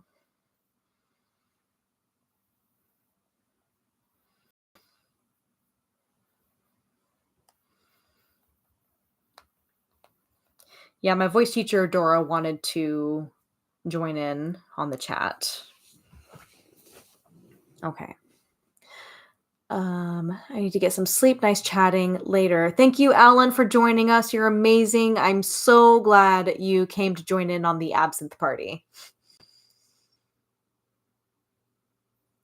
Actually, a fun fact, my very first paid singing gig that I've ever done was at an absinthe themed, or rather, Victorian absinthe themed Halloween party.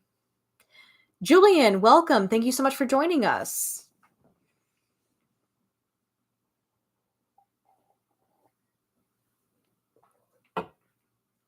And for the new people joining us, I'm drinking Jade Terminus Oxygené, my favorite absinthe ever.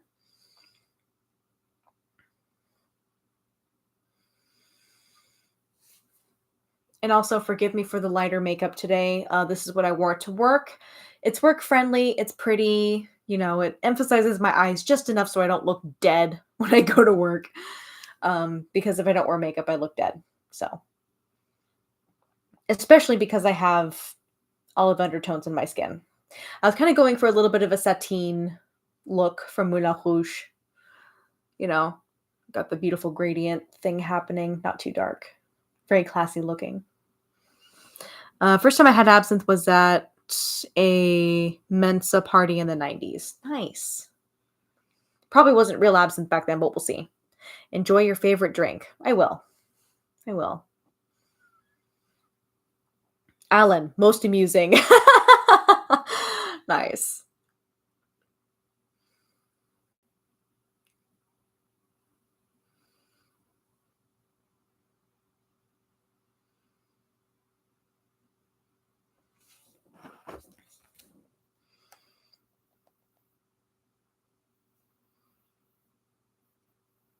I'll send it to her via text and see if she gets it. I mean, I think she'd still be awake by now. Can't remember my first time. It was real absinthe. I met the bootleggers. Okay, that makes sense.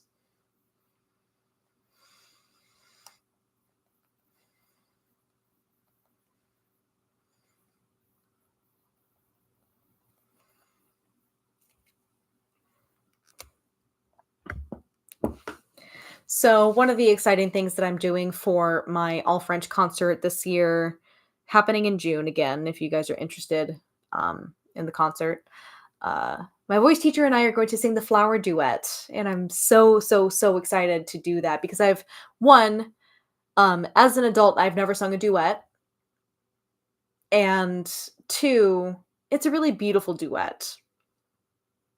Happy Absinthe Day. I had no idea, and all I have available right now is Ajunol. I mean, that's okay. Ajunol's an okay brand. I like this lighter makeup. Thank you, Eve Marie. Sorry, Marie. Ugh, my French accent went away. I'm so sorry.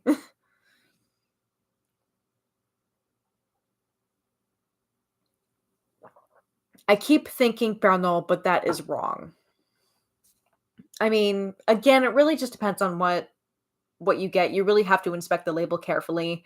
If you look on the back of the bottle of Pernod, you'll be able to tell if it's one of the crappy ones or not. The crappy ones will be very explicit about there being artificial coloring in the recipe.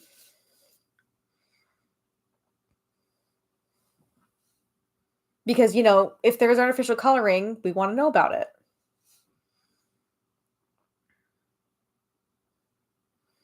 It's kind of like what Ted says. He's just like, well, would you literally spend like $60 on a bottle of wine that said that it had red food coloring in it? Ew, no, absolutely not. Ew.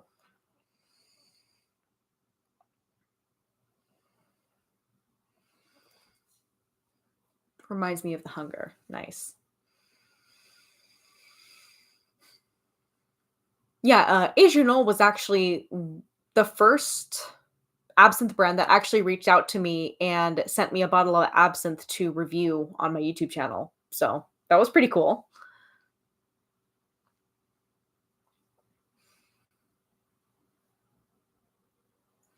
I hate artificial colors and sweeteners with a passion. I do too, especially because I have insulin resistance. It's not good for me, man. Ugh. I have insulin resistance. And I didn't find out that I had insulin resistance until I was in my late 20s when it's one of those things. I wish it was caught when I was younger because I probably wouldn't have had nearly as many like body image issues as I have right now, but things have gotten better. It's hard to find every now and again. The only bottle I can get my hands on, Lucid down here. Everything else is fake. Hey, Lucid is better than nothing at all, okay? Lucid is better than nothing at all. Can you get anything shipped to your state? So it really depends. If it's coming from Europe, yes, I can very easily have it shipped to my state. I actually just shipped a bottle of Cone Opal to my friend Mark as a gift, and it got to him perfectly fine. He lives in Seattle, no big deal. Oh no, sorry to hear this. My father passed away from this. You might want to look. Where are you, Rachel? I believe Rachel is in Oops, Barbara O'Neill. Yeah, I do have insulin resistance, and again, I did not find out until I was in my late 20s that I had it, because I found out that apparently it is a coexisting complication of having PCOS.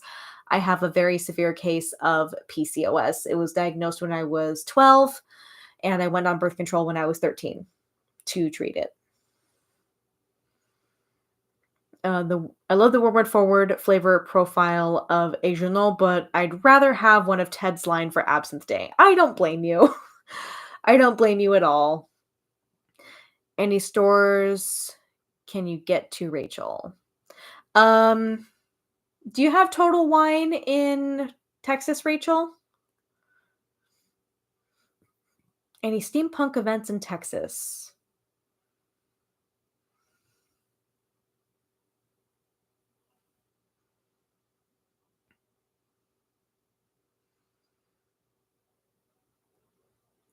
I think if you go on Hood River Distillers website, you might be able to find a directory of where in the United States you can get Lucid. So we have one that just opened in McAllen, Texas. That is 1 hour away. Ugh, that's painful. We have Total Wine in Dallas Fort Worth. Nice. Someone will have absinthe at a steampunk event to sample. Yes. Also, speaking of events where people are serving absinthe, I'm actually going to be a bartender, an absinthe bartender, at the Venice is Sinking Masquerade Ball in Seattle next month. I'm so excited. I'm so excited. We're actually working on getting Lucid sold, or rather, served at the event. We have a few stores with a decent absinthe stock. Good, good. It's better than nothing at all.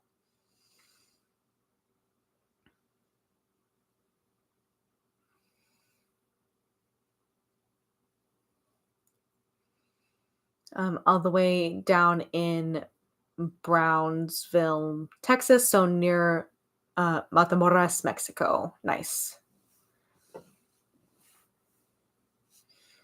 Yeah, a lot of my mom's side of the family is still in Texas, so that's interesting. Go to Mexico and bring it back.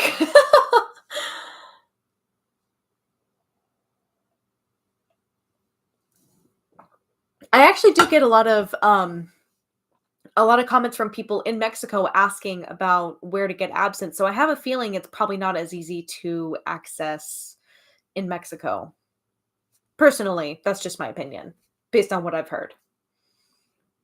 Okay, I will be right back. I'm just going to rinse this absinthe glass because it's filthy. And if I don't do it now, I'm going to forget about it. We don't want to forget about it.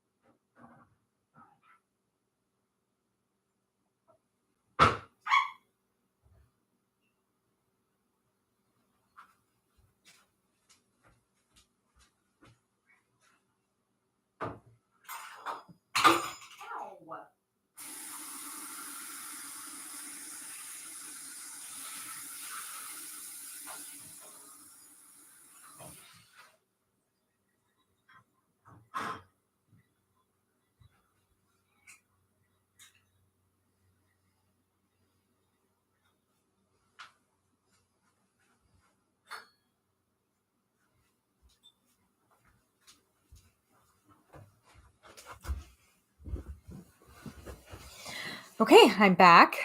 Let me see. Wish there was absinthe down here. I've not seen it. Ooh. Hopefully. Seattle is great. My alcohol experience in Mexico was buying high quality tequila, not absinthe. Yeah, no kidding. If I want tequila, I'm going to Mexico, okay? You know, the good reposado, all that. David Guerrero, welcome. Thank you. I don't think I've seen you on the channel yet, but thank you so much for joining us. I totally needed this. That's great. I'm glad you're here. That's wonderful. Oh man, a drop of penny on tequila. I've grown to like it neat and straight. I always have to chase it with lime. That's just how I am. Have you heard about Liar's Absinthe? Yes, but I'll be honest, there's really not an adequate way to authentically recreate absinthe in a non-alcoholic way. And I don't like the coloring, so I haven't tried it yet. People have asked me to try it, and I'm just like, nope. No, I really don't want to give them my business. So much clunking and squealing. I'm so sorry. Sometimes the loud noises startle me, and I worry that I have broken something. So that's what the squealing is all about. That's what my house sounds like on a regular basis. I'm sorry, it's so embarrassing. And also, champagne flute. Champagne flute. So you guys can probably guess what I'm thinking about having next. Death in the afternoon. And I just got a bottle of champagne on my way home from work this evening. So I'll be back in just a moment. If the moderators could keep the chat entertained, I will bring the supplies for the death in the afternoon. And since it's an easy enough preparation, I'll do it here because why not?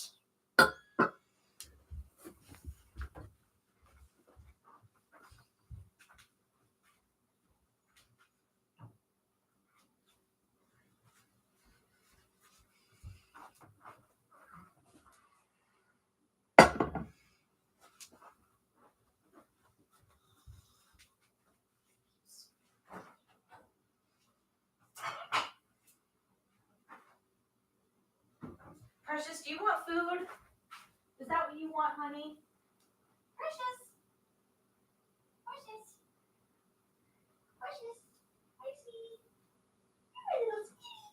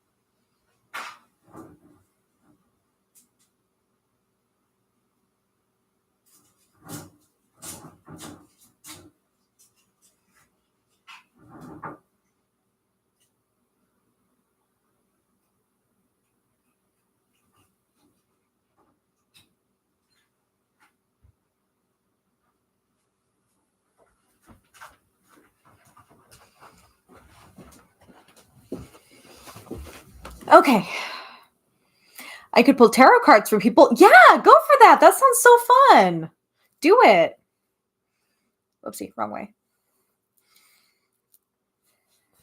Okay, so I have a bottle of champagne, and if you guys are wondering what this is Chateau Saint Michel um, Brut sparkling, I guess, or like extra dry rather, not Brut. So yeah, this is a winery that is based in Washington State. Wonderful, wonderful winery. So, we're going to be making our Death in the Afternoon with Lucid, the first authentic absinthe allowed in the US after the ban was lifted in 1912. No, the 1912 ban was lifted in 2007. Jesus Christ. Beautiful color. You can see that. Looks kind of a golden, kind of a peridot color. Love it. I seriously am so glad. In case you get a hole in one. Oh my god, that's so funny. I can pull tarot cards for people.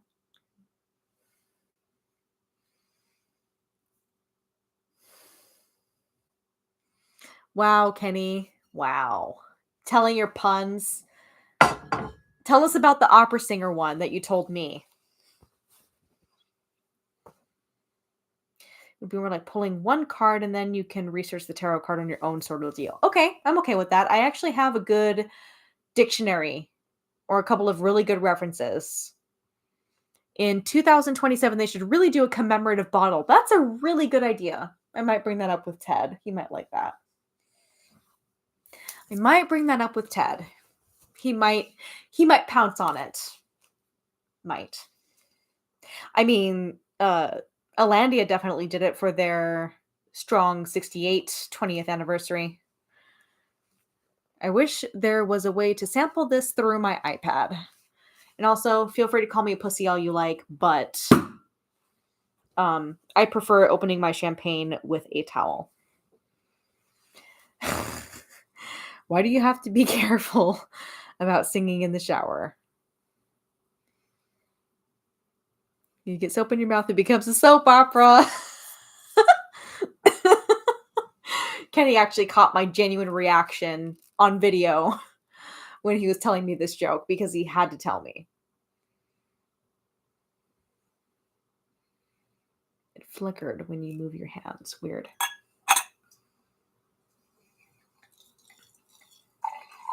So as you can see, with this nice, cool champagne, you get the same looshing effect. Look at that. Isn't that cool? Isn't that the coolest thing? Oh my god, that is so amazing. And let me show you guys a really cool gadget that I have if you are a regular champagne drinker. I'll show you.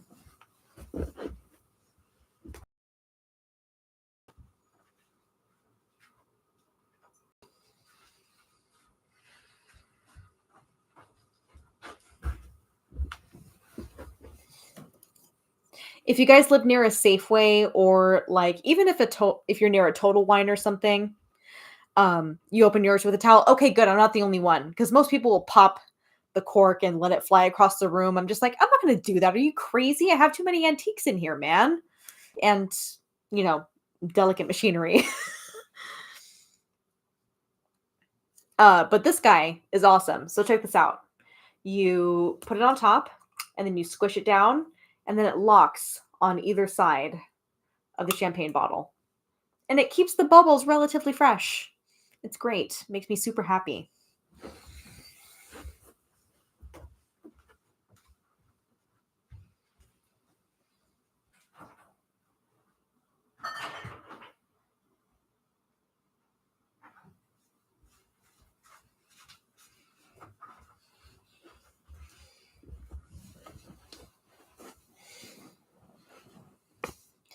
Okay, so as always, guys, à votre santé and please drink responsibly.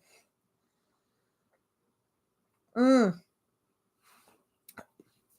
Oh my god, that's so good. What's really nice is on our wedding day, Kenny and I served absinthe.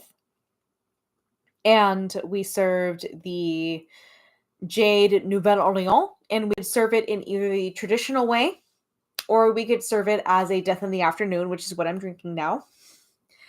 And Kenny doesn't like champagne and he doesn't like absinthe, but he gladly choked one of these guys down with me so that we can be cute and have matching drinks. I love Kenny so much. He's the best.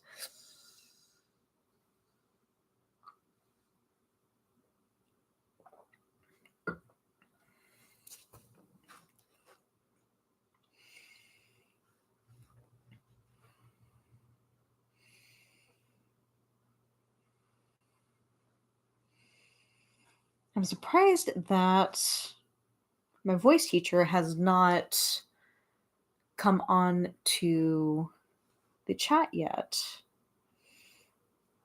I'll give her some more time.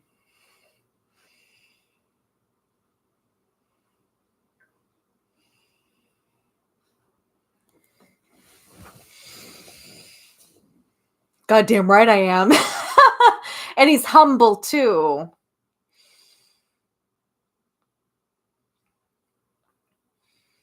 Yeah, pick a card for Kenny.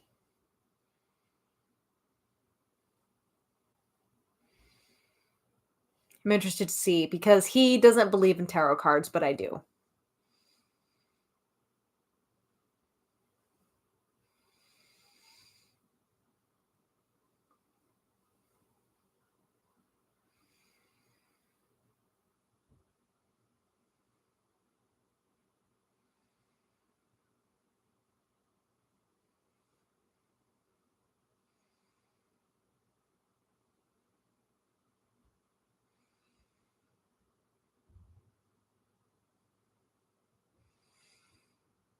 Firebat, 9 of Wands. Okay, okay. Dig it, dig it. That's good.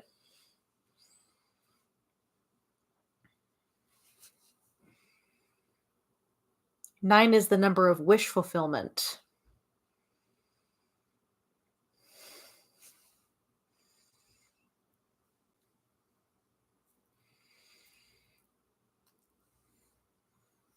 Gnome, the Hermit. Nice.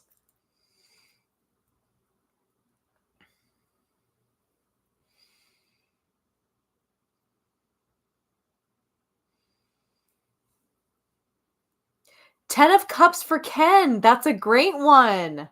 Kenny, it's a good one. Look it up. Pretty positive card.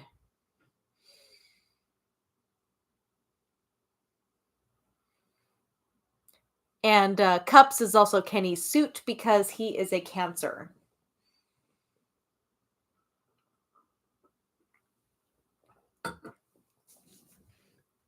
Kenny, you know perfectly well you're not a positive guy. You know perfectly well you are not a positive guy. When I was telling our supervisor about your COVID test and how quickly you came up positive for your COVID test earlier this week, I said probably one of the few times that Kenny has come up positive. And our manager laughed. Oh, she thought that was funny. Kenny and I have a good dynamic. It's because I'm a positive guy. But my blood is A positive. Yeah? My blood is O positive, okay? Arguably, my blood is a little more helpful than yours, sir.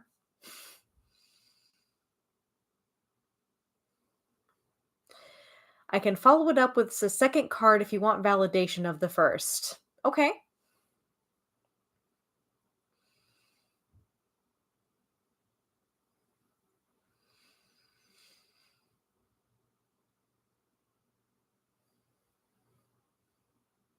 Absinthe Noob here. I have a bottle of La Clandestine and Mephisto, only one glass and an absinthe spoon. I don't know if there's another term for the spoon. No, absinthe spoon is the proper term. I have no idea what I'm doing, to be honest. Rude, says Kenny. I'm also O positive. Yeah. Oh, positive. High five.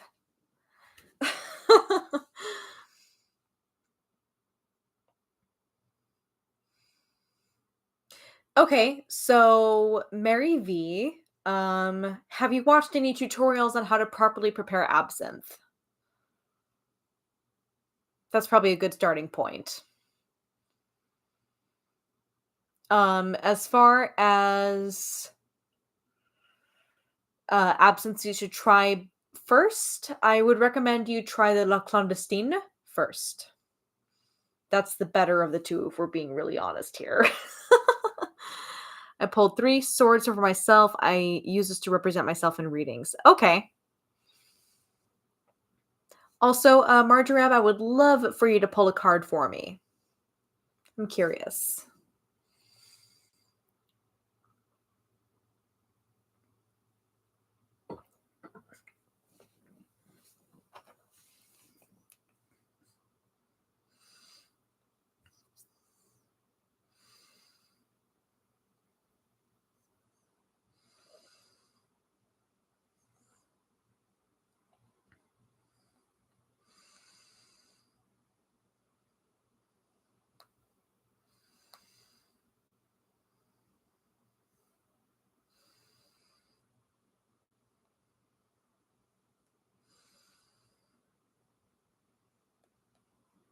Do you want a card, Adrian? Yes, I would love a card.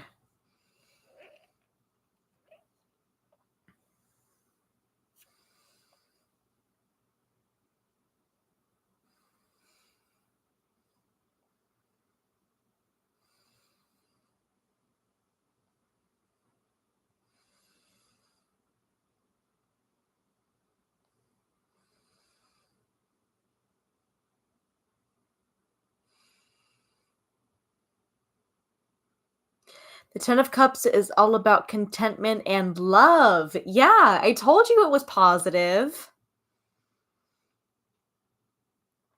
Kenny's very big on love. He's a big romantic. He may not come across that way sometimes, but he's very romantic. 2 of coins, Adrian. Okay, okay. Dig.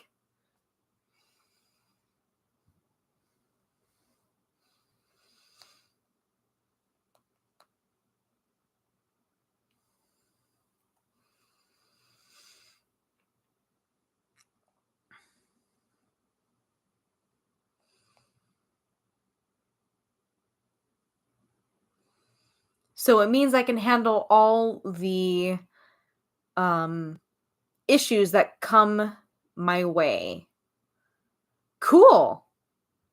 Okay. I really like that. I can handle what comes my way. That's really nice. I like that. Balancing resources, adaptation, resourcefulness, flexibility, stretching resources. Nice. If it were the 4 of pentacles, I would be concerned.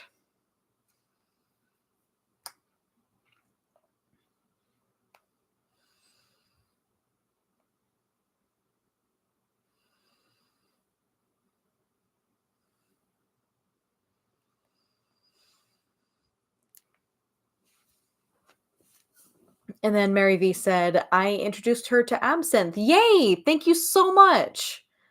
Honestly, I'm okay with me being the introduction for most people to get into absinthe because there are worse ways to be introduced to absinthe. Yeah. Precious, what you doing out there, girl?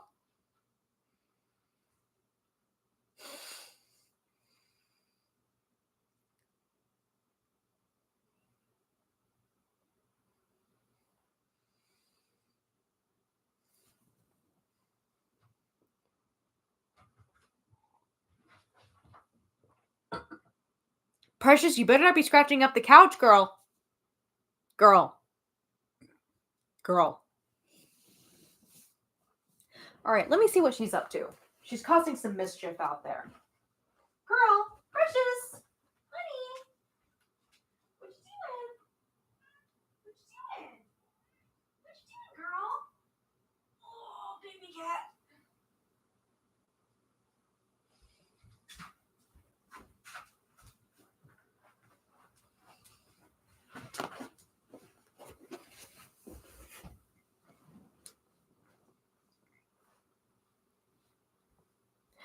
By the way, your environment set is incredible to the eyes. I'm fond of aesthetic. I love that absinthe green. Thank you so much. Okay, Precious, you need to settle down, girl. Look at her. Her eyes are glowing. She's so pretty.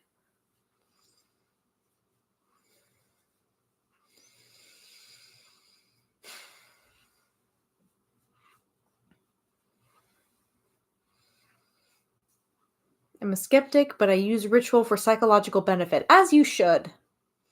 Sometimes that can be helpful. Right now is cool. Thank you so much. Hi, girl.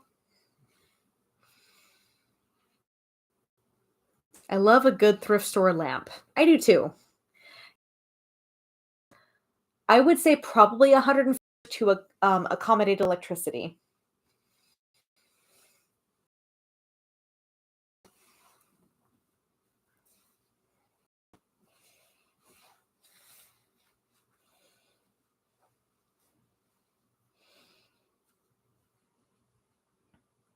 Hey, girl.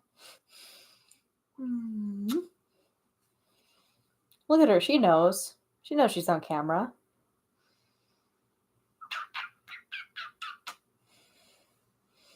Kitty misses me. She does indeed miss you, Mr. Everett.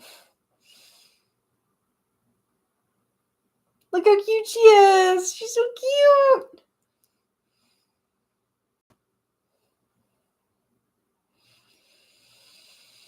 My cards were sticky. I just wanted to pull when you said when. The magician. New. Nice. My cat is a tuxedo too. Aww. Tuxedo cats are the best. And I'm not biased. Not at all.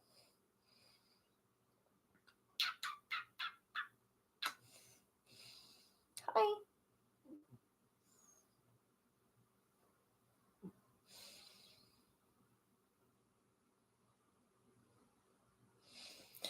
Love, truth, and freedom. Welcome. I decided to get Precious in here because she was being a little mischievous and causing some chaos out in the living room. This is Precious's favorite thing. She loves her chin scratches. Look at her eyes roll back in her head. Oh yeah, there she is. There it is.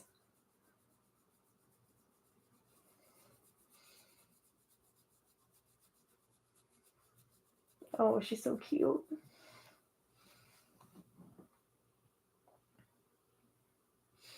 Queen Fluffy. Yes, she is indeed Queen Fluffy. She's a very fluffy girl. And she has such pretty eyes. I love her little absinthe colored eyes. See how pretty her eyes are? They're absinthe colored. She's so pretty. Or maybe absinthe is precious colored. I don't know. She's so cute.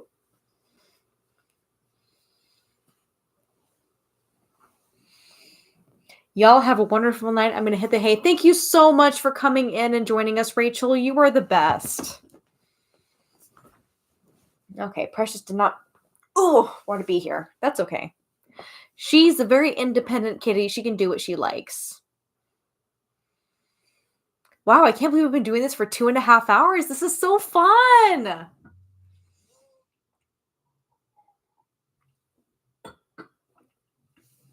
Okay, so I have a wild proposition. I want a dark velvet couch, but how can I possibly deal with that if I have a white fluffy cat? Honestly, you can't really see it much, but Precious gets her white fur on this couch everywhere, and I just deal with it. Honestly, like one of the best things that you can do to deal with the fur is a boar bristle brush. This is a great way to get rid of fur on velvet.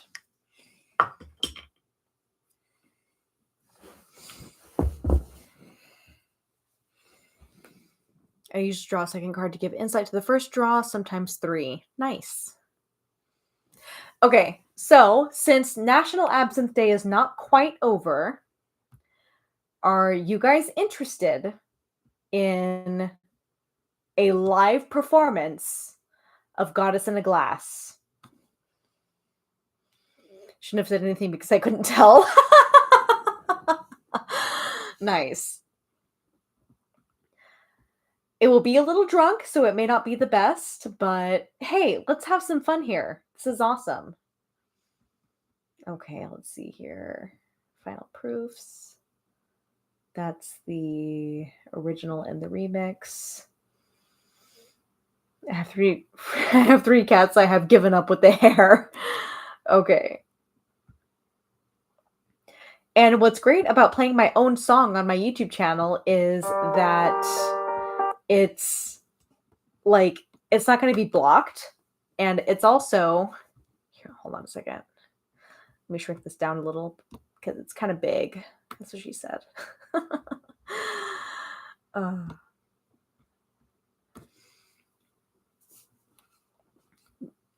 Death can denote change. Nice. Mary got 2 that fell out. But yeah, are you guys ready for me to sing Goddess in a Glass here for you on stream?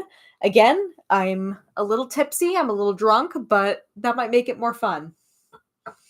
Besides, you know, if you're going to sing Goddess in a Glass, you better have like at least an absinthe drink in you. At least. Whoop! Sorry about that. Green fairy time. Yeah, it is. No, not green fairy time. Green goddess time.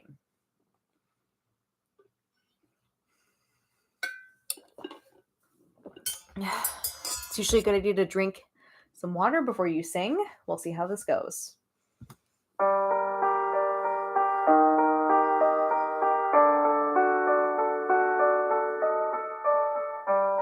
It is, after all, the 1-year anniversary of Goddess in a Glass coming out.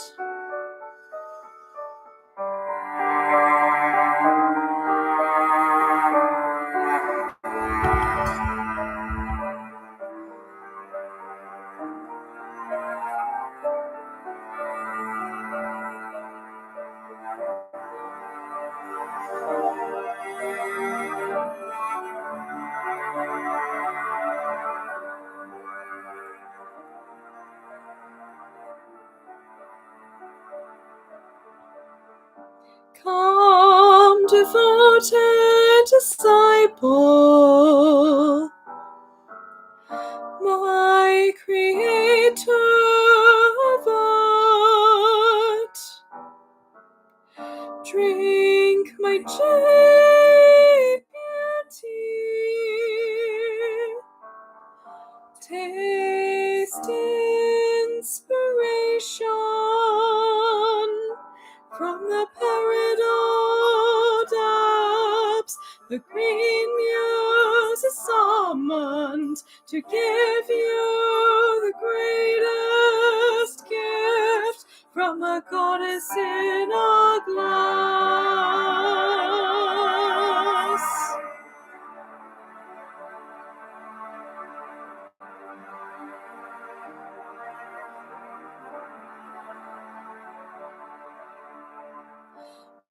My caresses will vanquish your humble restraint. My perfume will charm you. My euphoria will thrill you. From the peridot depths, the green muse is summoned to give you the greatest gift from a goddess in a glass.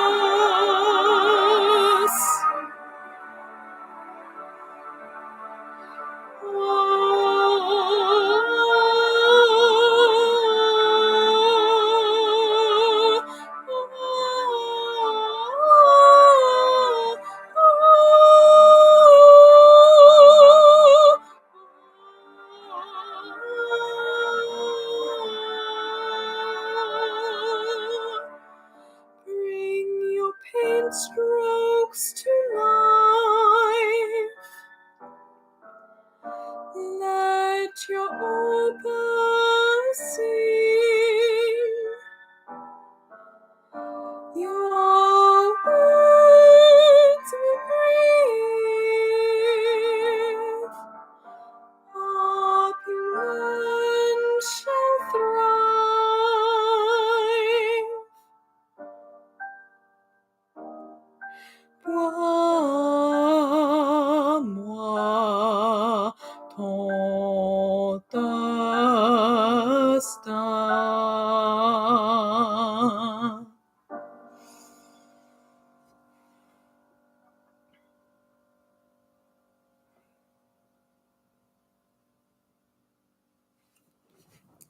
Thank you. Thank you so much. Yeah, that was kind of an on the spot decision, but I thought that was a fun thing to do. And I know, Grin, thank you so much for joining us this evening. That was fun. Yeah, I'm a little tipsy, so I sung that tipsy and without warming up. So sorry. Thank you so much, Gnome. I appreciate that. Oh my god, you're so sweet. We love a lady with an open throat chakra. Really? Thank you. Perfect end to Absinthe Day. I can't believe it's already been a year. It has been a year to the day. Got hit with an ad halfway. I'm so sorry.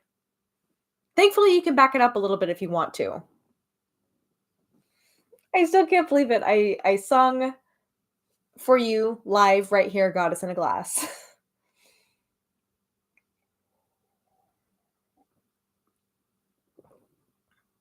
That was so calming. Thank you. No, thank you for listening. I appreciate it. I kind of like to think of Goddess in a Glass as the green goddess of absinthe speaking through me. And that was the whole inspiration behind Goddess in a Glass. Like, I wanted the green goddess to speak for herself, and I did not want her to be misinterpreted by the idiots who like to say, "Oh yeah, absinthe makes you trip balls. Absinthe needs to be set on fire. Absinthe is poison. Absinthe is toxic." It isn't. It isn't. It's a beautiful, beautiful thing that deserves to be loved and admired and appreciated. Adrian singing while tipsy is definitely a vibe. So cute. Thank you. That wasn't my best condition of singing, so to speak, but I'm glad you guys liked it. But all the backing vocals that you heard, those were all me, separately recorded, by the way. All me.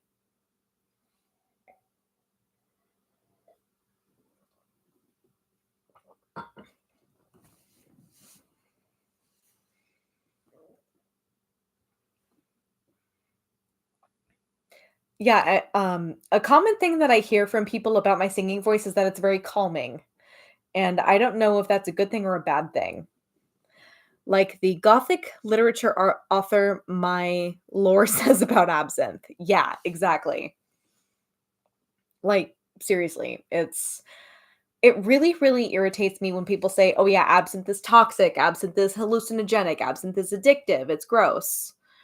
Um, I'm not okay with that.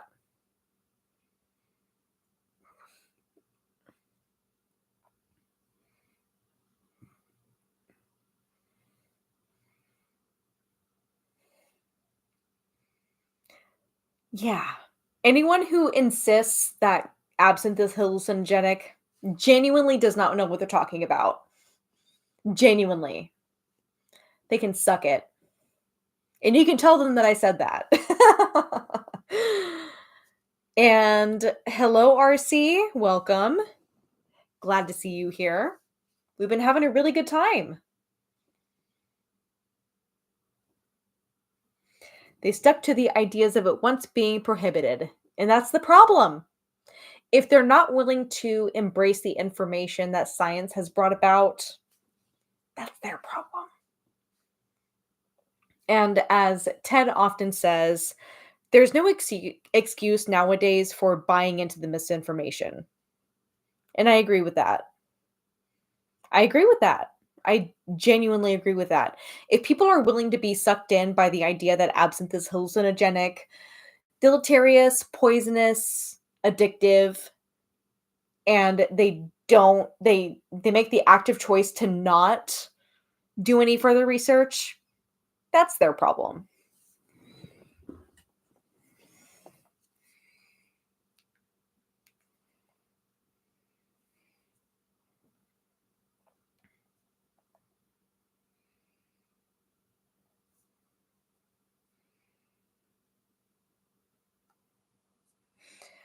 Ooh, purchased a bottle of absinthe in Oklahoma. Look forward to delivering it to you and seeing it on your channel. Thank you. Yeah. RC, I haven't heard that before, ever in my life. Ugh. Honestly, though, I don't mind when people use the Rocky reference to say my name because, if they're pronouncing my name correctly, it doesn't matter.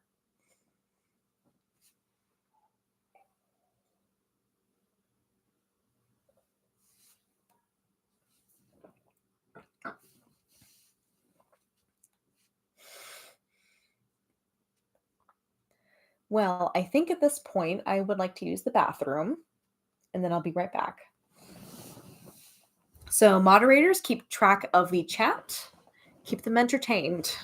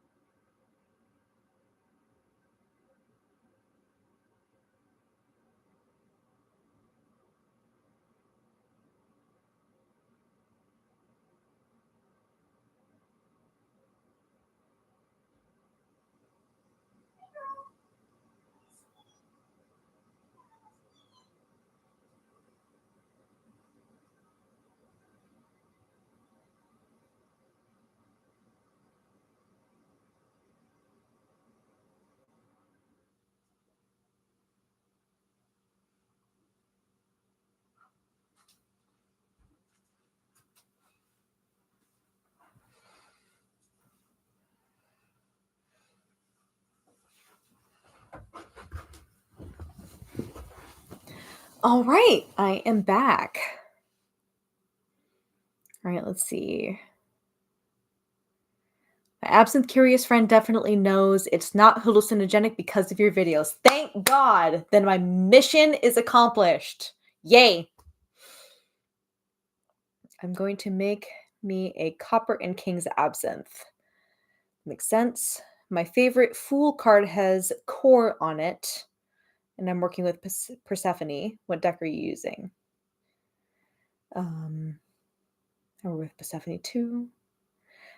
Wow, what a night. We should all contact each other. Yes, guys, drop your social media links in the chat so that we can follow each other. Maybe make a group chat. I don't know. Might be fun.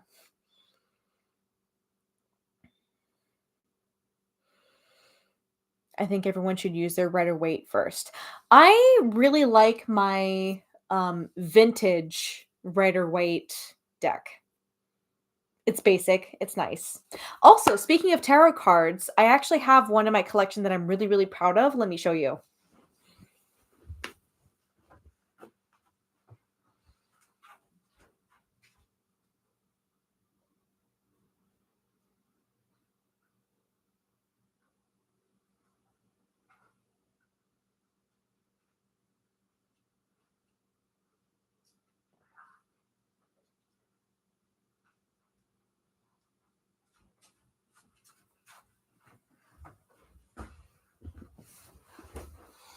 So, those of you who have watched the original Dark Shadows will recognize this tarot deck. We'll see. But these tarot cards are currently out of print. Joining this live chat was me stepping out of my comfort zone, to be completely honest. Well, I'm so glad that you joined us, Mary. That was so nice of you to join in. That's so great. Again, like I said, I really love having a community of absinthe lovers here to chat with. It's been so much fun.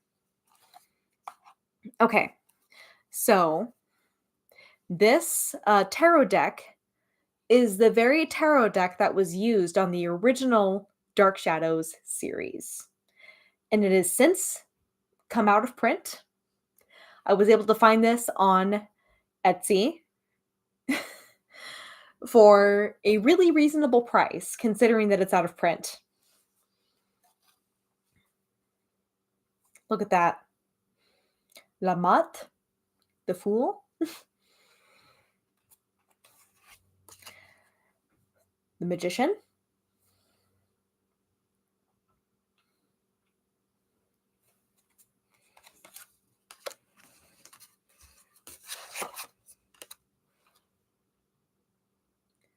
Le Journal. So this isn't the Marseille deck. This is actually the JJ Swiss Tarot deck. And again, these are out of print. And I'm so glad that I found this. I have a few Dark Shadow season on VHS. Yes! That is the way to go! That is so cool! Yes! So, carrying on. The Empress, which was often called the High Priestess in the series, but it's the Empress. Okay? You guys know. You get it. L'Empereur, the Emperor. Jupiter. And this is why it's called the JJ Swiss, is because the High Priestess and the Hierophant, I think, yes, the High Priestess and the Hierophant are replaced with Juno and Jupiter in this deck. It's really cool. L'amoureux, the lovers. I'm still so glad that I have this in my collection. This is so beautiful. Le Chariot. Beautiful. Look at that. See if I can get that to focus a little more. This was definitely a card that came up a lot in the original Dark Shadows series. Yes, the JJ Swiss Tarot is what it's called. La Justice, which, is the card that represents Libra. The movie with Johnny Depp. No, not the movie with Johnny Depp, the original series. The original series. The series that started in 1966 and ended in 1971. L'Hermite.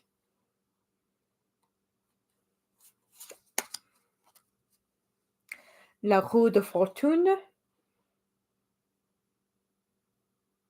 Beautiful. Like, I really love the illustrations on these. It's so vibrant and beautiful. La Forte. Strength. Le Pendu. Hanged Man. La Mort. Like, this is really a significant card that comes up a lot in Dark Shadows.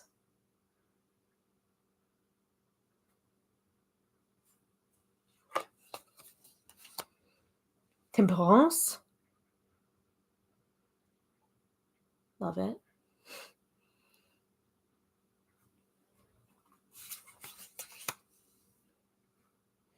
Le Diable. The person, weeping in the background. That's definitely different from what you usually see as the devil card. So that's super interesting. Le Maison de Dieu, which is actually the Tower of Destruction, but it literally means the house of God. So not sure what that's about. Maybe there's some deeper meaning behind it. I was kidding about the Dark Shadows movie. Okay, thank God. I'm sorry. The Johnny Depp version was such a train wreck. I felt like, personally, to me, it was a betrayal of the original series, in my opinion. It was. Sorry, not sorry. L'Étoile, which is the star. Beautiful. This one comes up, I think, once in the Dark Shadow series. La Lune. This comes up a couple times. Again, the design of this deck is just so beautiful. I love it. It's so gorgeous. I've always been attracted to this aesthetic ever since I was a kid. It's so gorgeous. Le Soleil, the sun.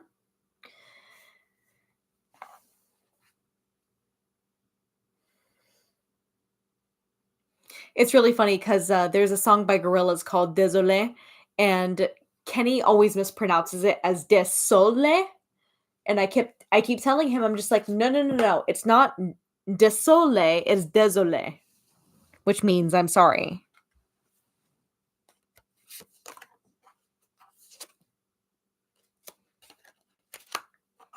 Got my cards a little bit disorganized here, but that's fine. And then Le Jugement. Here it is. Really interesting card. A mockery of the series. I absolutely agree. Like when they say, "Oh, we were paying tribute to the series." No, you were mocking it. You were trying to make it seem cool for the younger generations. I was not okay with that. It was cast really well. I will give it that. It was cast really well. The production design was really great. But to me it was a betrayal. And then Le Monde. Beautiful. The Empress came out too, so it makes sense.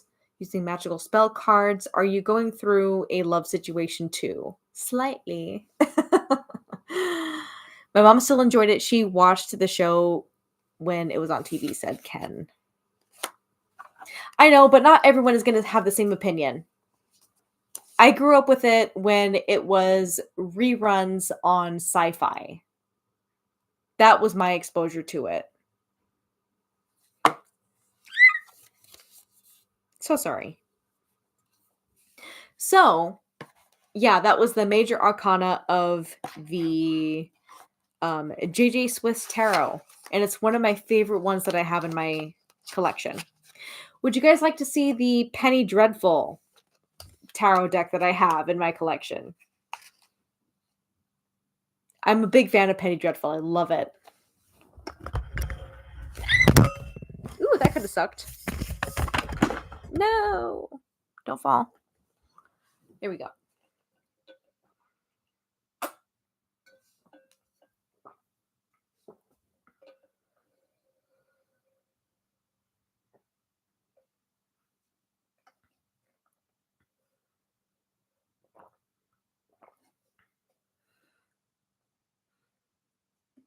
So, Penny Dreadful deck. You want to see it? I'll go get it.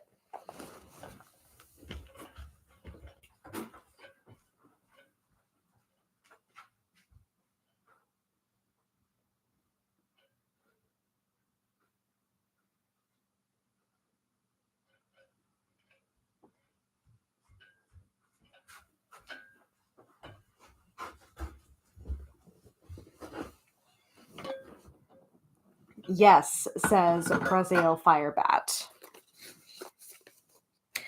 The Addams Family is the only one that was remade well. I can probably agree with that statement. Sure, I haven't seen the Penny Dreadful deck. And once again, with the Penny Dreadful deck, it's a shame, but it is out of print. But I think it is absolutely gorgeous.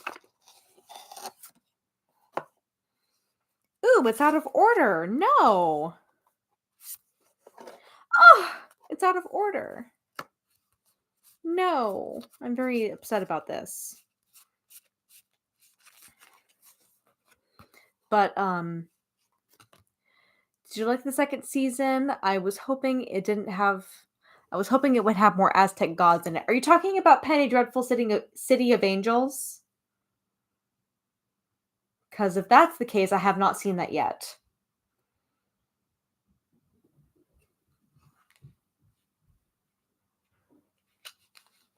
So here's the back of the cards. Beautiful design. I love it. One of the most iconic cards in the series. Beautiful. Isn't that just gorgeous? It's like, it symbolizes like giving in and trusting the scorpion on your mouth. It's really cool.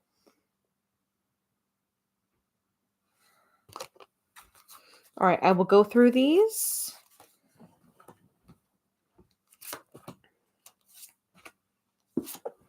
Ah, no. I will say the minor arcana is a little bit disappointing as far as the Penny Dreadful tarot cards are concerned. But I think the design of the major arcana is really beautiful.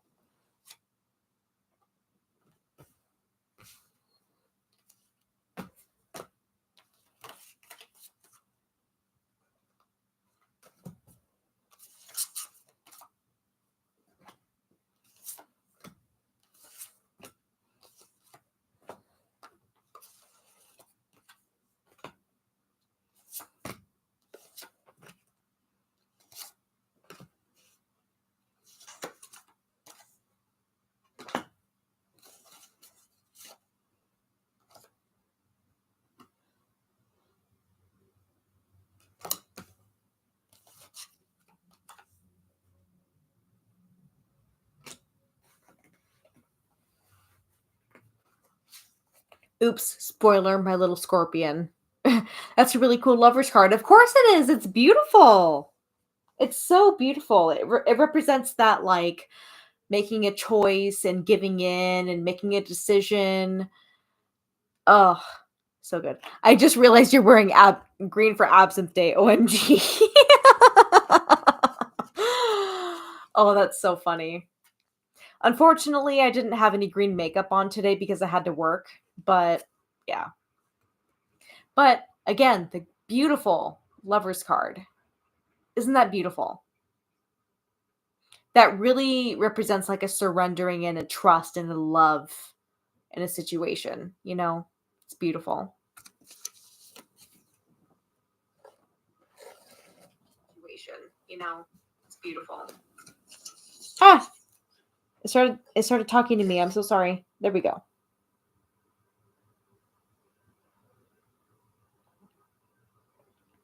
My voice teacher just posted something. We'll see what she's got.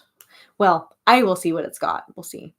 The original Lovis card was called The Choice, right? Yeah, I think it was.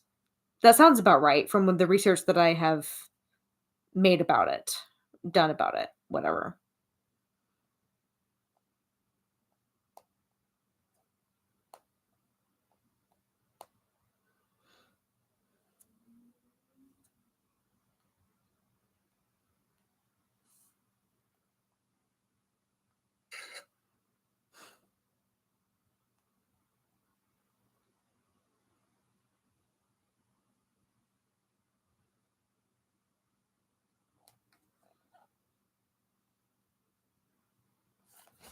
Oh my god. I have a velvet 1920s jacket in absinthe green. I should put it on. You should! Do it! Do it! Sorry, I'm trying not to be aggressive here, but it's true.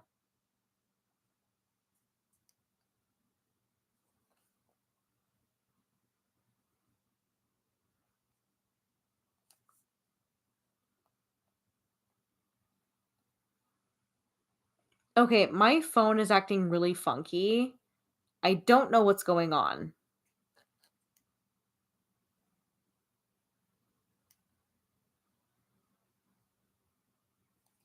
You know what? I'm gonna restart it because that's weird. I'm a traitor because I wasn't prepared for Absinthe Day. I'm being a sake girly right now. That's okay. We're joining in the festivities. It's okay.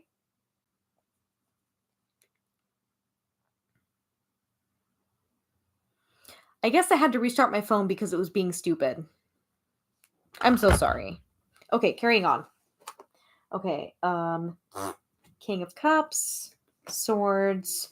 My suit is swords because I am a Libra. Apparently, a lot of people, when I tell them I'm a Libra, they're just like, oh my god, that makes so much sense. Which is really interesting. I guess it's just that obvious for some people.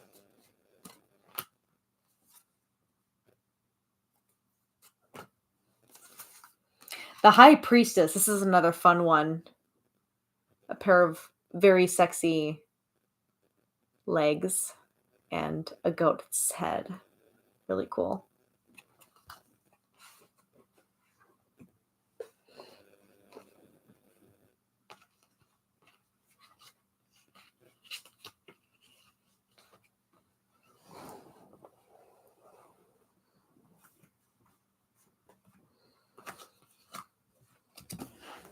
Ugh, come on.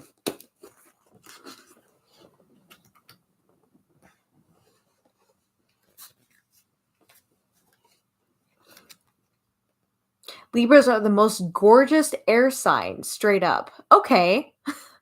Thank you. I appreciate that. Chariot.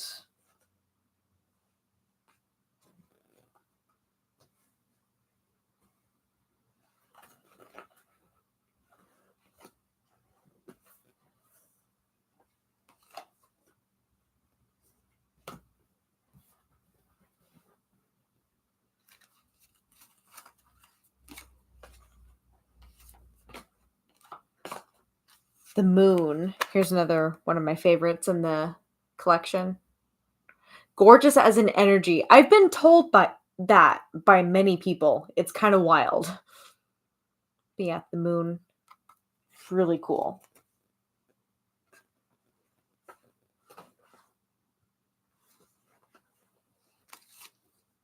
The pentacles. Page of Swords. Wands. Pentacles. Cups. Oh, keep knocking these over. Goodness. Underrated for their need for balance and justice. I absolutely agree. I definitely hate injustice.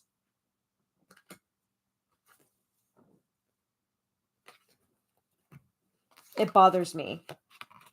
And then here's the tower. Really, really cool. It's kind of the implication of the tower, but not being the tower. Really cool. And the Hierophant. It's really minimalistic, but really pretty. Really, really eye-catching. And the star, which definitely forms a star formation. So cool.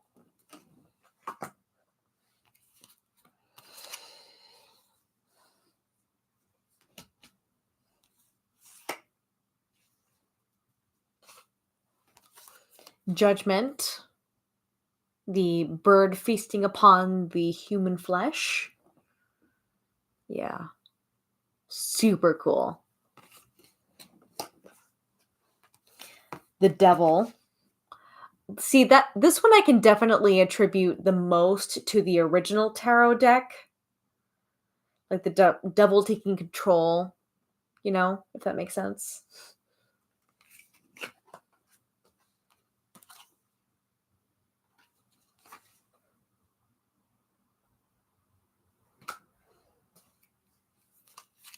The emperor with an eel covering his genitalia. That's kind of fun.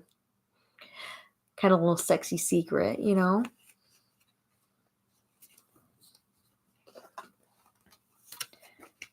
The Wheel of Fortune. I was After I was done with the tarot pull following the Empress and the Moon, Knight of Coins, and Lovers in the Tower. Cool. Love it. Lots of momentum, I feel like. To me personally. That's what that feels like. Queen of Wands. And Swords. Swords. Strength. This is definitely like one of my favorite cards. I love that. So beautiful.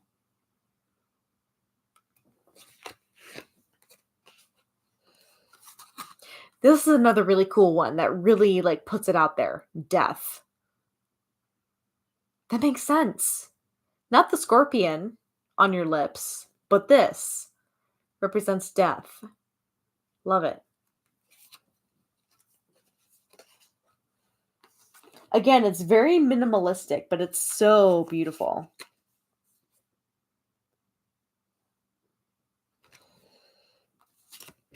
The Hanged Man. Very much a hanged man.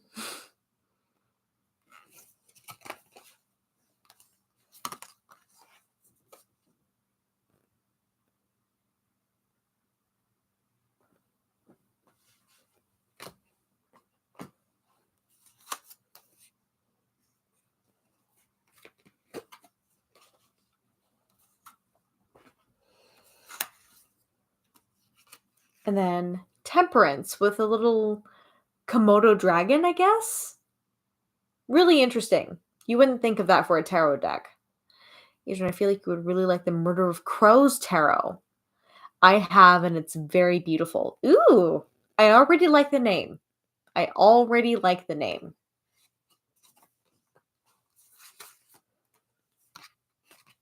Okay, swords, wands. The Magician has a little centipede hanging on his shoulder. Super cool.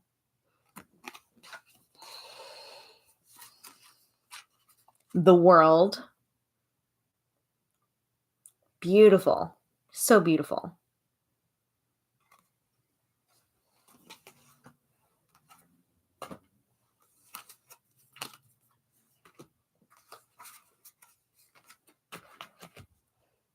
And the Hermit.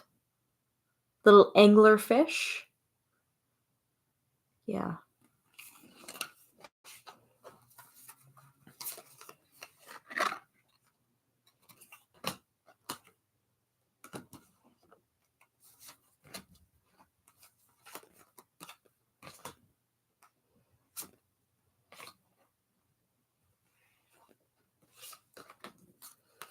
And I love the symbolism of the Fool. You know, the foot going into the mouth of the, I want to say crocodile? I know there's a difference. There's an anatomical difference between the crocodile and the alligator, but yeah, it's beautiful. The centipede is forming the infinity symbol that's above the magician in the Rider-Waite version. Okay, interesting. I love that. I love that idea. Okay, so the Fool goes here.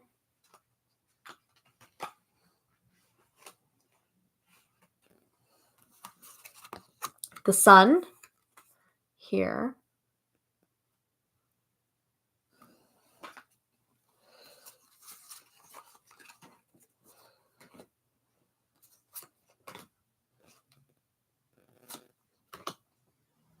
And then the Empress is the last one in my pile. Isn't that just beautiful? So pretty. Yeah.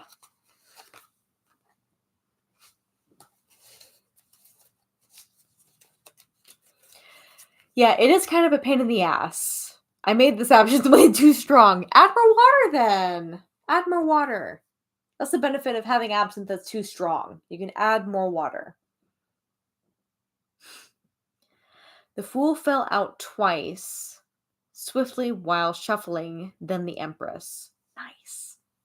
I love the Empress, especially as a creative person.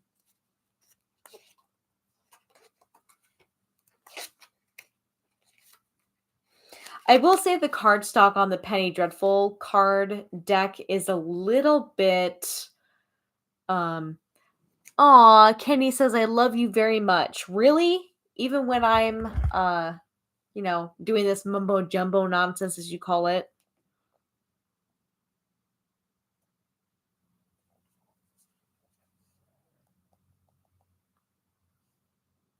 This nonsense. The Empress, I think Demeter. Nice. Well, Kenny, I hope you have a lovely night's sleep. I'm probably gonna sign off here in a little while. I've been having so much fun, though. Everyone has been absolutely lovely. I wish I could do this all night.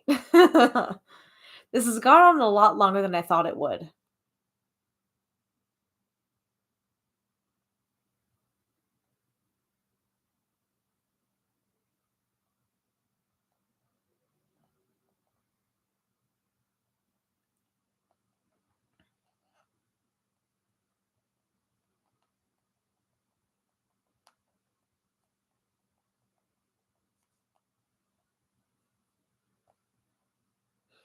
Okay, it looks like my voice teacher has finished with her little concert. Love that. Do you like your new friend? Whoopsie. Elegant Oh my god, personality. stop. I really don't like that they force these these reels on you when you're on Facebook. Super annoying.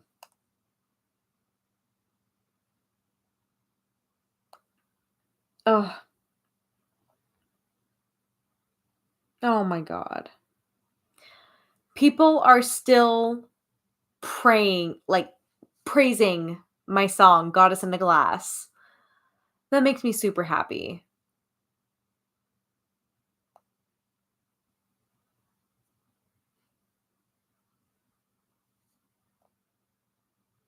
And I just want to give a shout out to the artist who made my album art.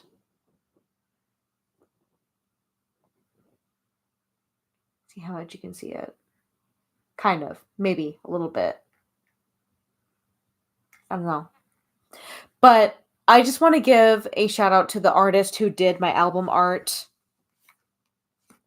I still can't believe that the legendary artist who made the Jade Absinthe labels did my album art. Do you guys know how big of a deal that is? Wow.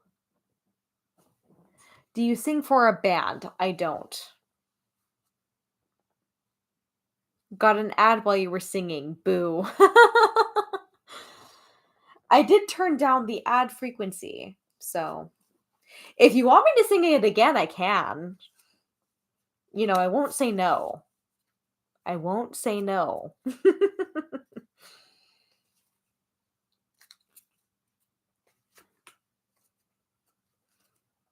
What do you think, guys? Should I sing it again? Should I sing it again? Yeah, that's strong. Adding water. You can always add more water. You can't take it away.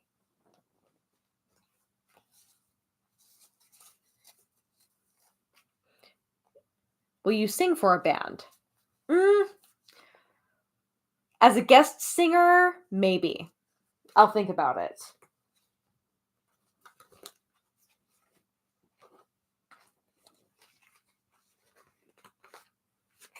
Okay, so you guys really want to hear Goddess in a Glass again?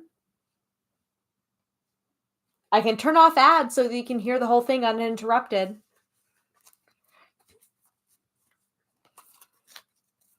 Encore? Yeah.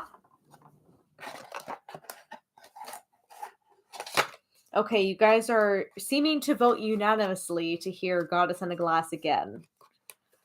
Again, with a little more tipsiness. This has been super fun, though. I'm so glad.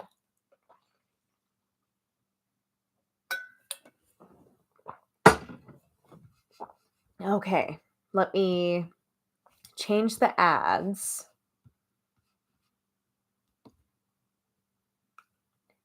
Okay.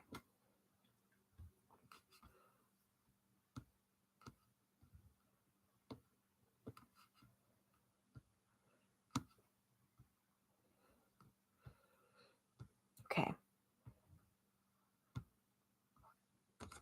Okay. I think we're ready for another hearing or another session of Goddess in the Glass. Let's do it. Again with more feeling. More feeling? Okay. Ooh, okay. You're challenging me.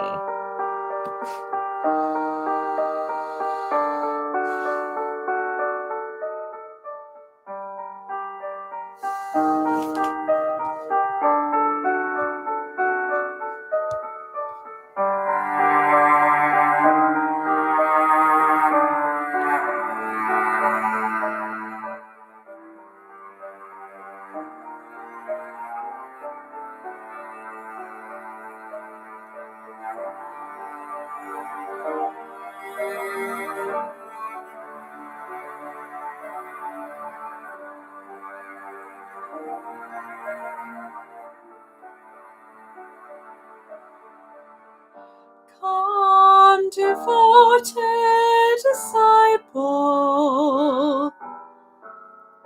my creator abide.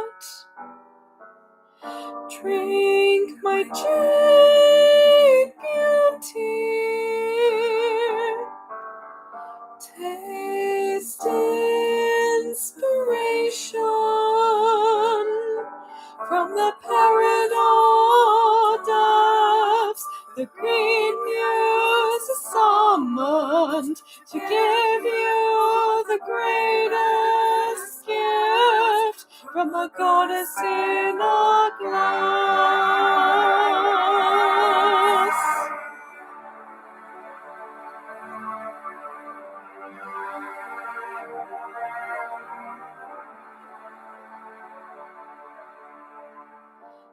My caresses will vanquish your humble restraint. My perfume will charm you.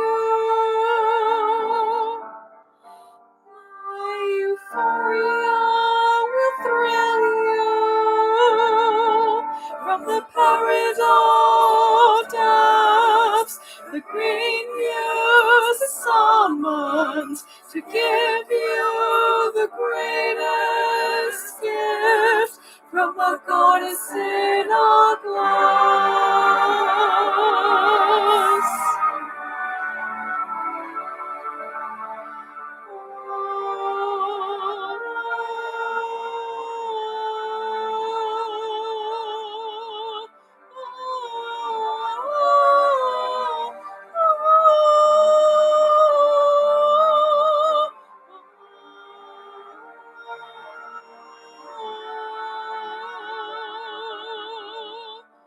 Bring your paint strokes to life.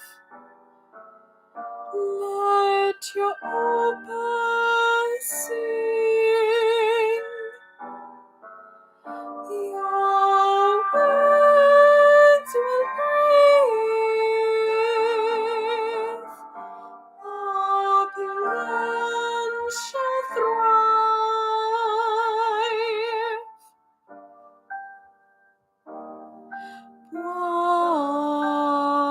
Moi, ton destin.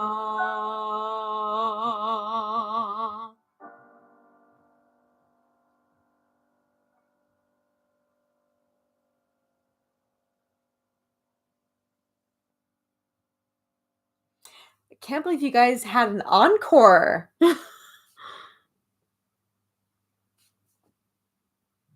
Is there Aussie absinthe? Yes, there is. I believe there is an Australian absinthe brand called, I want to say Vertigo. Their owner contacted me a little while ago. I'm glad I was helpful. The last thing I want to do is be misled or misled. Yeah. One where you did well and thanks. It was fun and informative. But yeah, encore for Goddess in a Glass. I can't believe I did it a second time for you guys.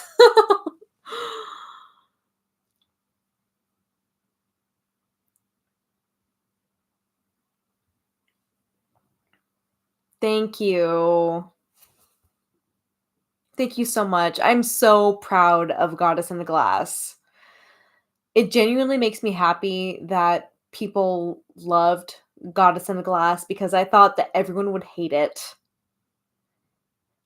But, I wasn't really as concerned about people hating it because I'm just like, I want the green goddess to speak for herself. I want to make a song that's truthful and honest about absinthe and positive, and I'm glad that I could do that. It's great. Do you have music out? Um, Other than Goddess in the Glass, no. There is also a really cool cold wave remix of Goddess in the Glass.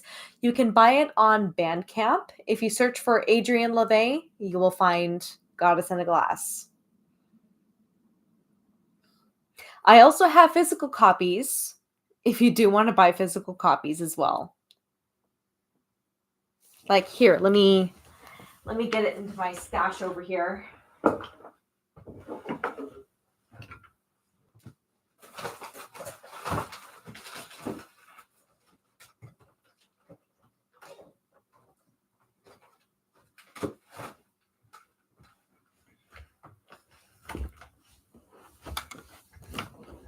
Reminds me of Valentine Wolf. Oh, thank you. That's actually a huge compliment.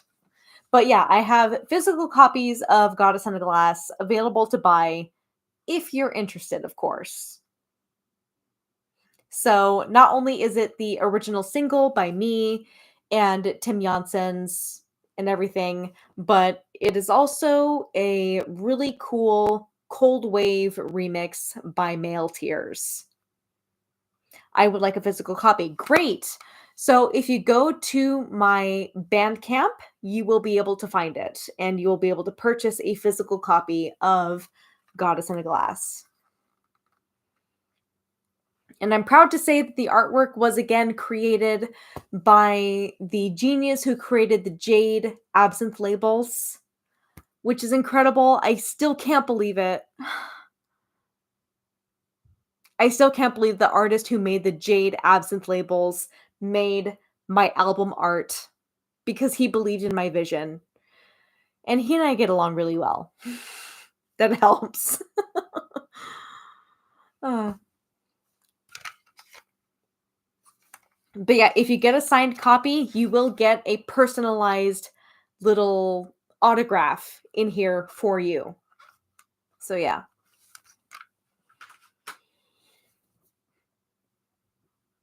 Australian absinthe is a real thing, few and far between, but it is a strong contender. I mean, any country where absinthe is being made in the proper way, I would say is a strong contender. I will wait for a first Friday so you can get more money for it. Oh my god, thank you so much. It's a great cover. And if you're interested in the album cover as a poster, that is available on my Teespring shop.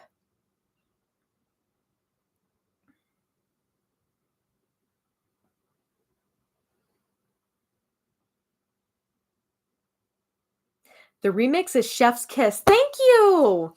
Would you guys like me to play the remix for you?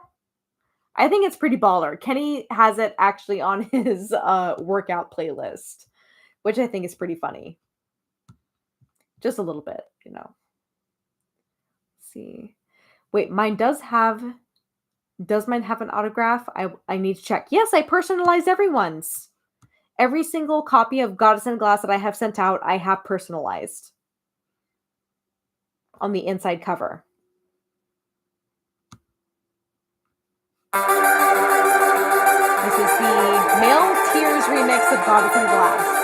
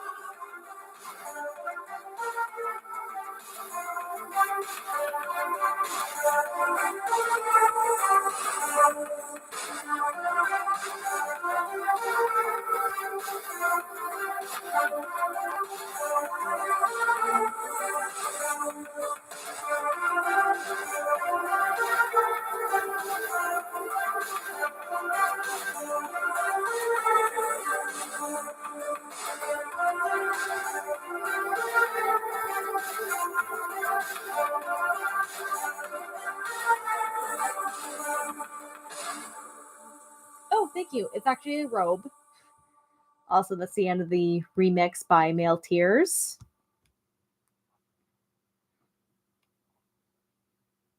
Yeah, hidden messages, a little bit. Yeah, Kenny loves the remix of Goddess in the Glass for working out, which I think is kind of funny. Gets him pumped, gets him moving, gets him going.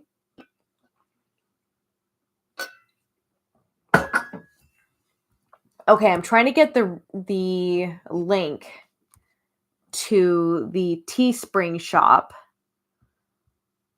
where you can buy my merch. Okay. Edit.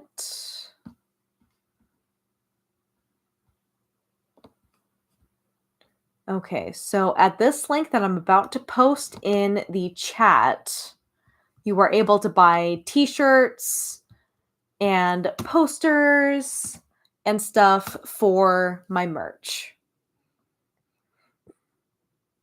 Yeah, so it is a full-length robe, by the way.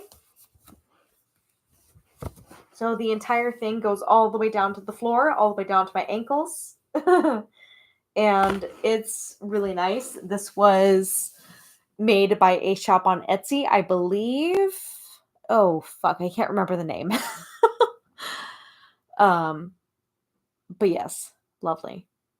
Makes me want to swirly dance in my living room. Yes, absolutely. So good. Wow, I can't believe we've been streaming for 3.5 hours, guys. This has been so fun. I thought it was Teespring. No, T as in Tee. T as in like t-shirt. So, yeah. But I have the link posted for you so that anyone who is interested in my merch is right there on that website. I do try to keep the prices fairly moderate. So if you guys are interested in merch from Goddess in the Glass or anything like that, Teespring is the place. If you want to buy physical copies of my album, Bandcamp is the place. I got mine from Damsel in This Dress. Oh, that's such a funny pun. I love that.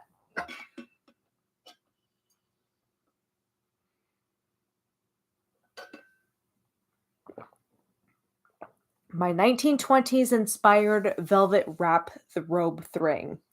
Robe thing. So funny.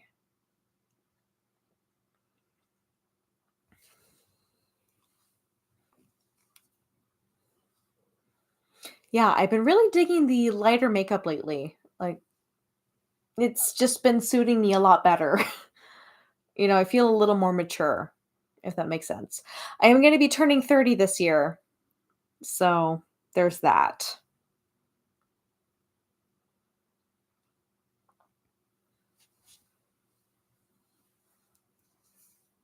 Yeah, can you believe it? I'm going to be 30. I usually listen to Goddess in a Glass every Wednesday, but this is such a treat. Thank you so much, Renee. That's so sweet. I still can't believe you're up. You're in Texas, right? So that's what, 2 hours ahead? Oh my goodness. Every Wednesday. Why Wednesday? I'm curious.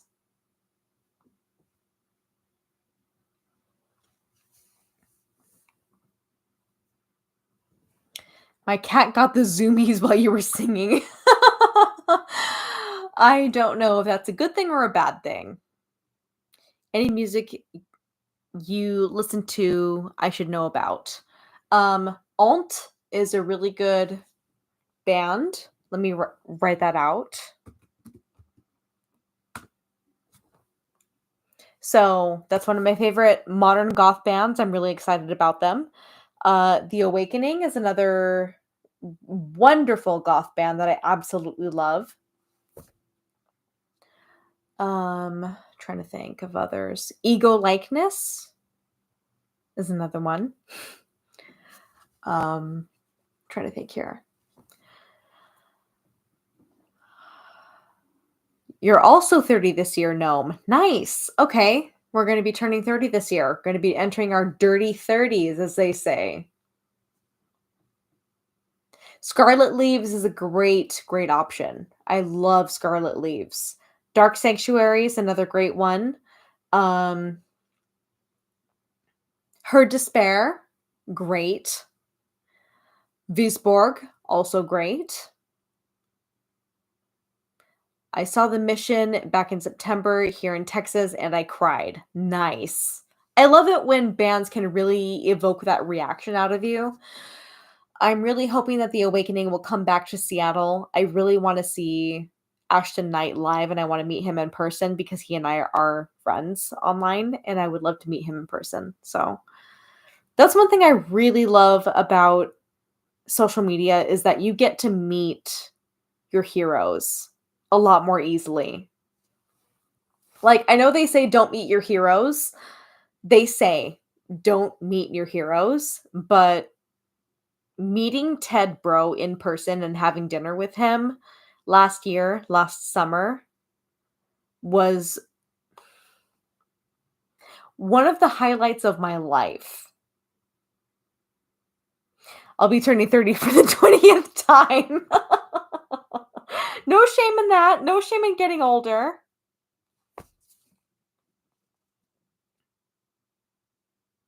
I saw the Mission in San Diego. Nice. But yeah, they say don't meet your heroes, but I'm really glad that I met Ted Bro in person and had dinner with him.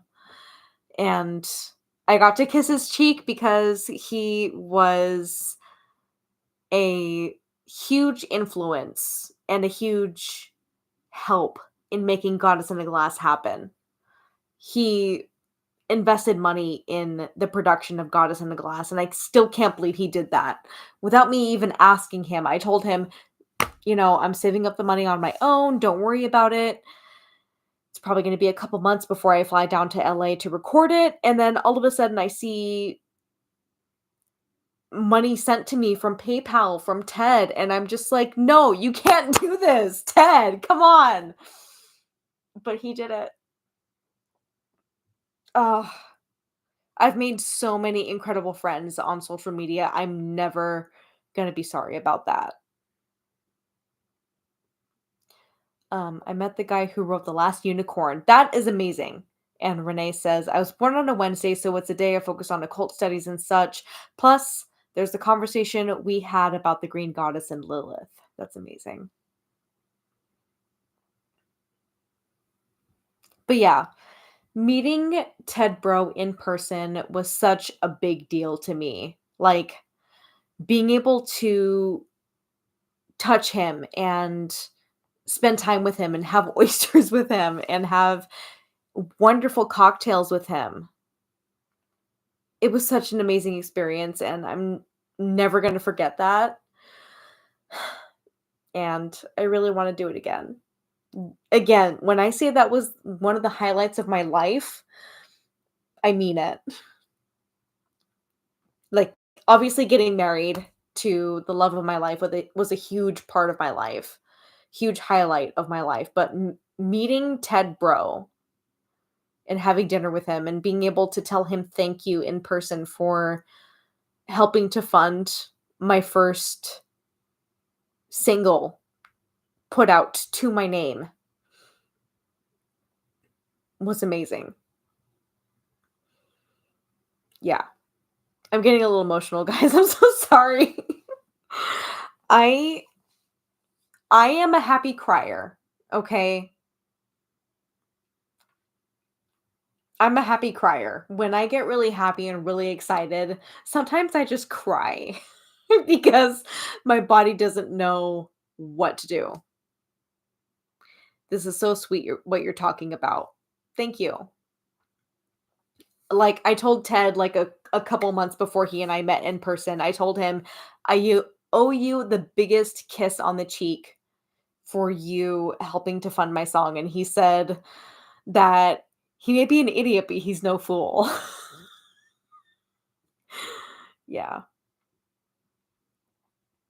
So, he was happy to accept the kiss on the cheek, and to be honest, again, it's a whole thing where he portrays this image of being, like, this aloof, cool, intellectual dude whenever he's doing these, like, absinthe events or these master classes or anything like that, but when I met him in person, he was as giddy as a teenage boy. That's the best thing that I can describe it to, but it wasn't, like, vulgar or gross or anything like that. He was just such a lovely, lovely gentleman. It's great. I'm a frustrated crier. I am too. I'm a frustrated crier. I'm a sad crier. I'm a happy crier, but I mostly cry when I'm happy. Like when I'm really happy. I'm just a crier in general. I guess I am too. Uh yeah, when I told Ted that I cried with happiness when he sent me money to help with funding Goddess in a Glass. He said, "Oh, sweetie, I don't want to do anything to make you cry." And I'm just like, "No, you don't understand. I cry when I'm happy, okay?" uh like I was a blubbering mess when my husband proposed to me. So that tells you everything you need to know. Nothing wrong with that. Sometimes emotions are just really strong and you're just like, there's nothing more I can do in this situation except for cry. It's so funny. Well, guys, it is past 10 p.m. I should probably take some steps to take my makeup off, brush my teeth, get ready for bed. But I wanted to thank you, all of you, for joining in on the chat today. That was so much fun. I'm really glad that we did this. I used to get picked on for being sensitive, but oh well, I got beyond that. Good. Being sensitive is a good thing in this day and age, honestly. But anyway, thank you guys so much for watching. Thank you so much to my moderators for being such wonderful moderators and making sure that everything is running well in the chat. I really appreciate you. I hope everyone has a good night. I hope everyone has a wonderful and safe National Absinthe Day for the rest of the evening. Glad I found this because Yellow Jackets party was rescheduled. Time to go to Mimi's, Spanish children's slang for sleep. Okay. I didn't know that, but okay. Good night to all, and to all the good night. This was great. Thank you so much. Everyone, thank you so much for joining in. This was so much fun. I really appreciate all of you. Thank you to everyone who sent in a super chat. I really appreciate it. You guys didn't have to do that, but of course, I appreciate it. It's wonderful. I hope everyone has a wonderful and safe evening. Be safe. And if you want to leave your social media tags in the comments on this post later on, feel free to do so so that you can connect with each other, because you guys seem to want to connect with each other, and that's pretty great. I love that. Hope you have a lovely night, and I will see you guys next time. Bye.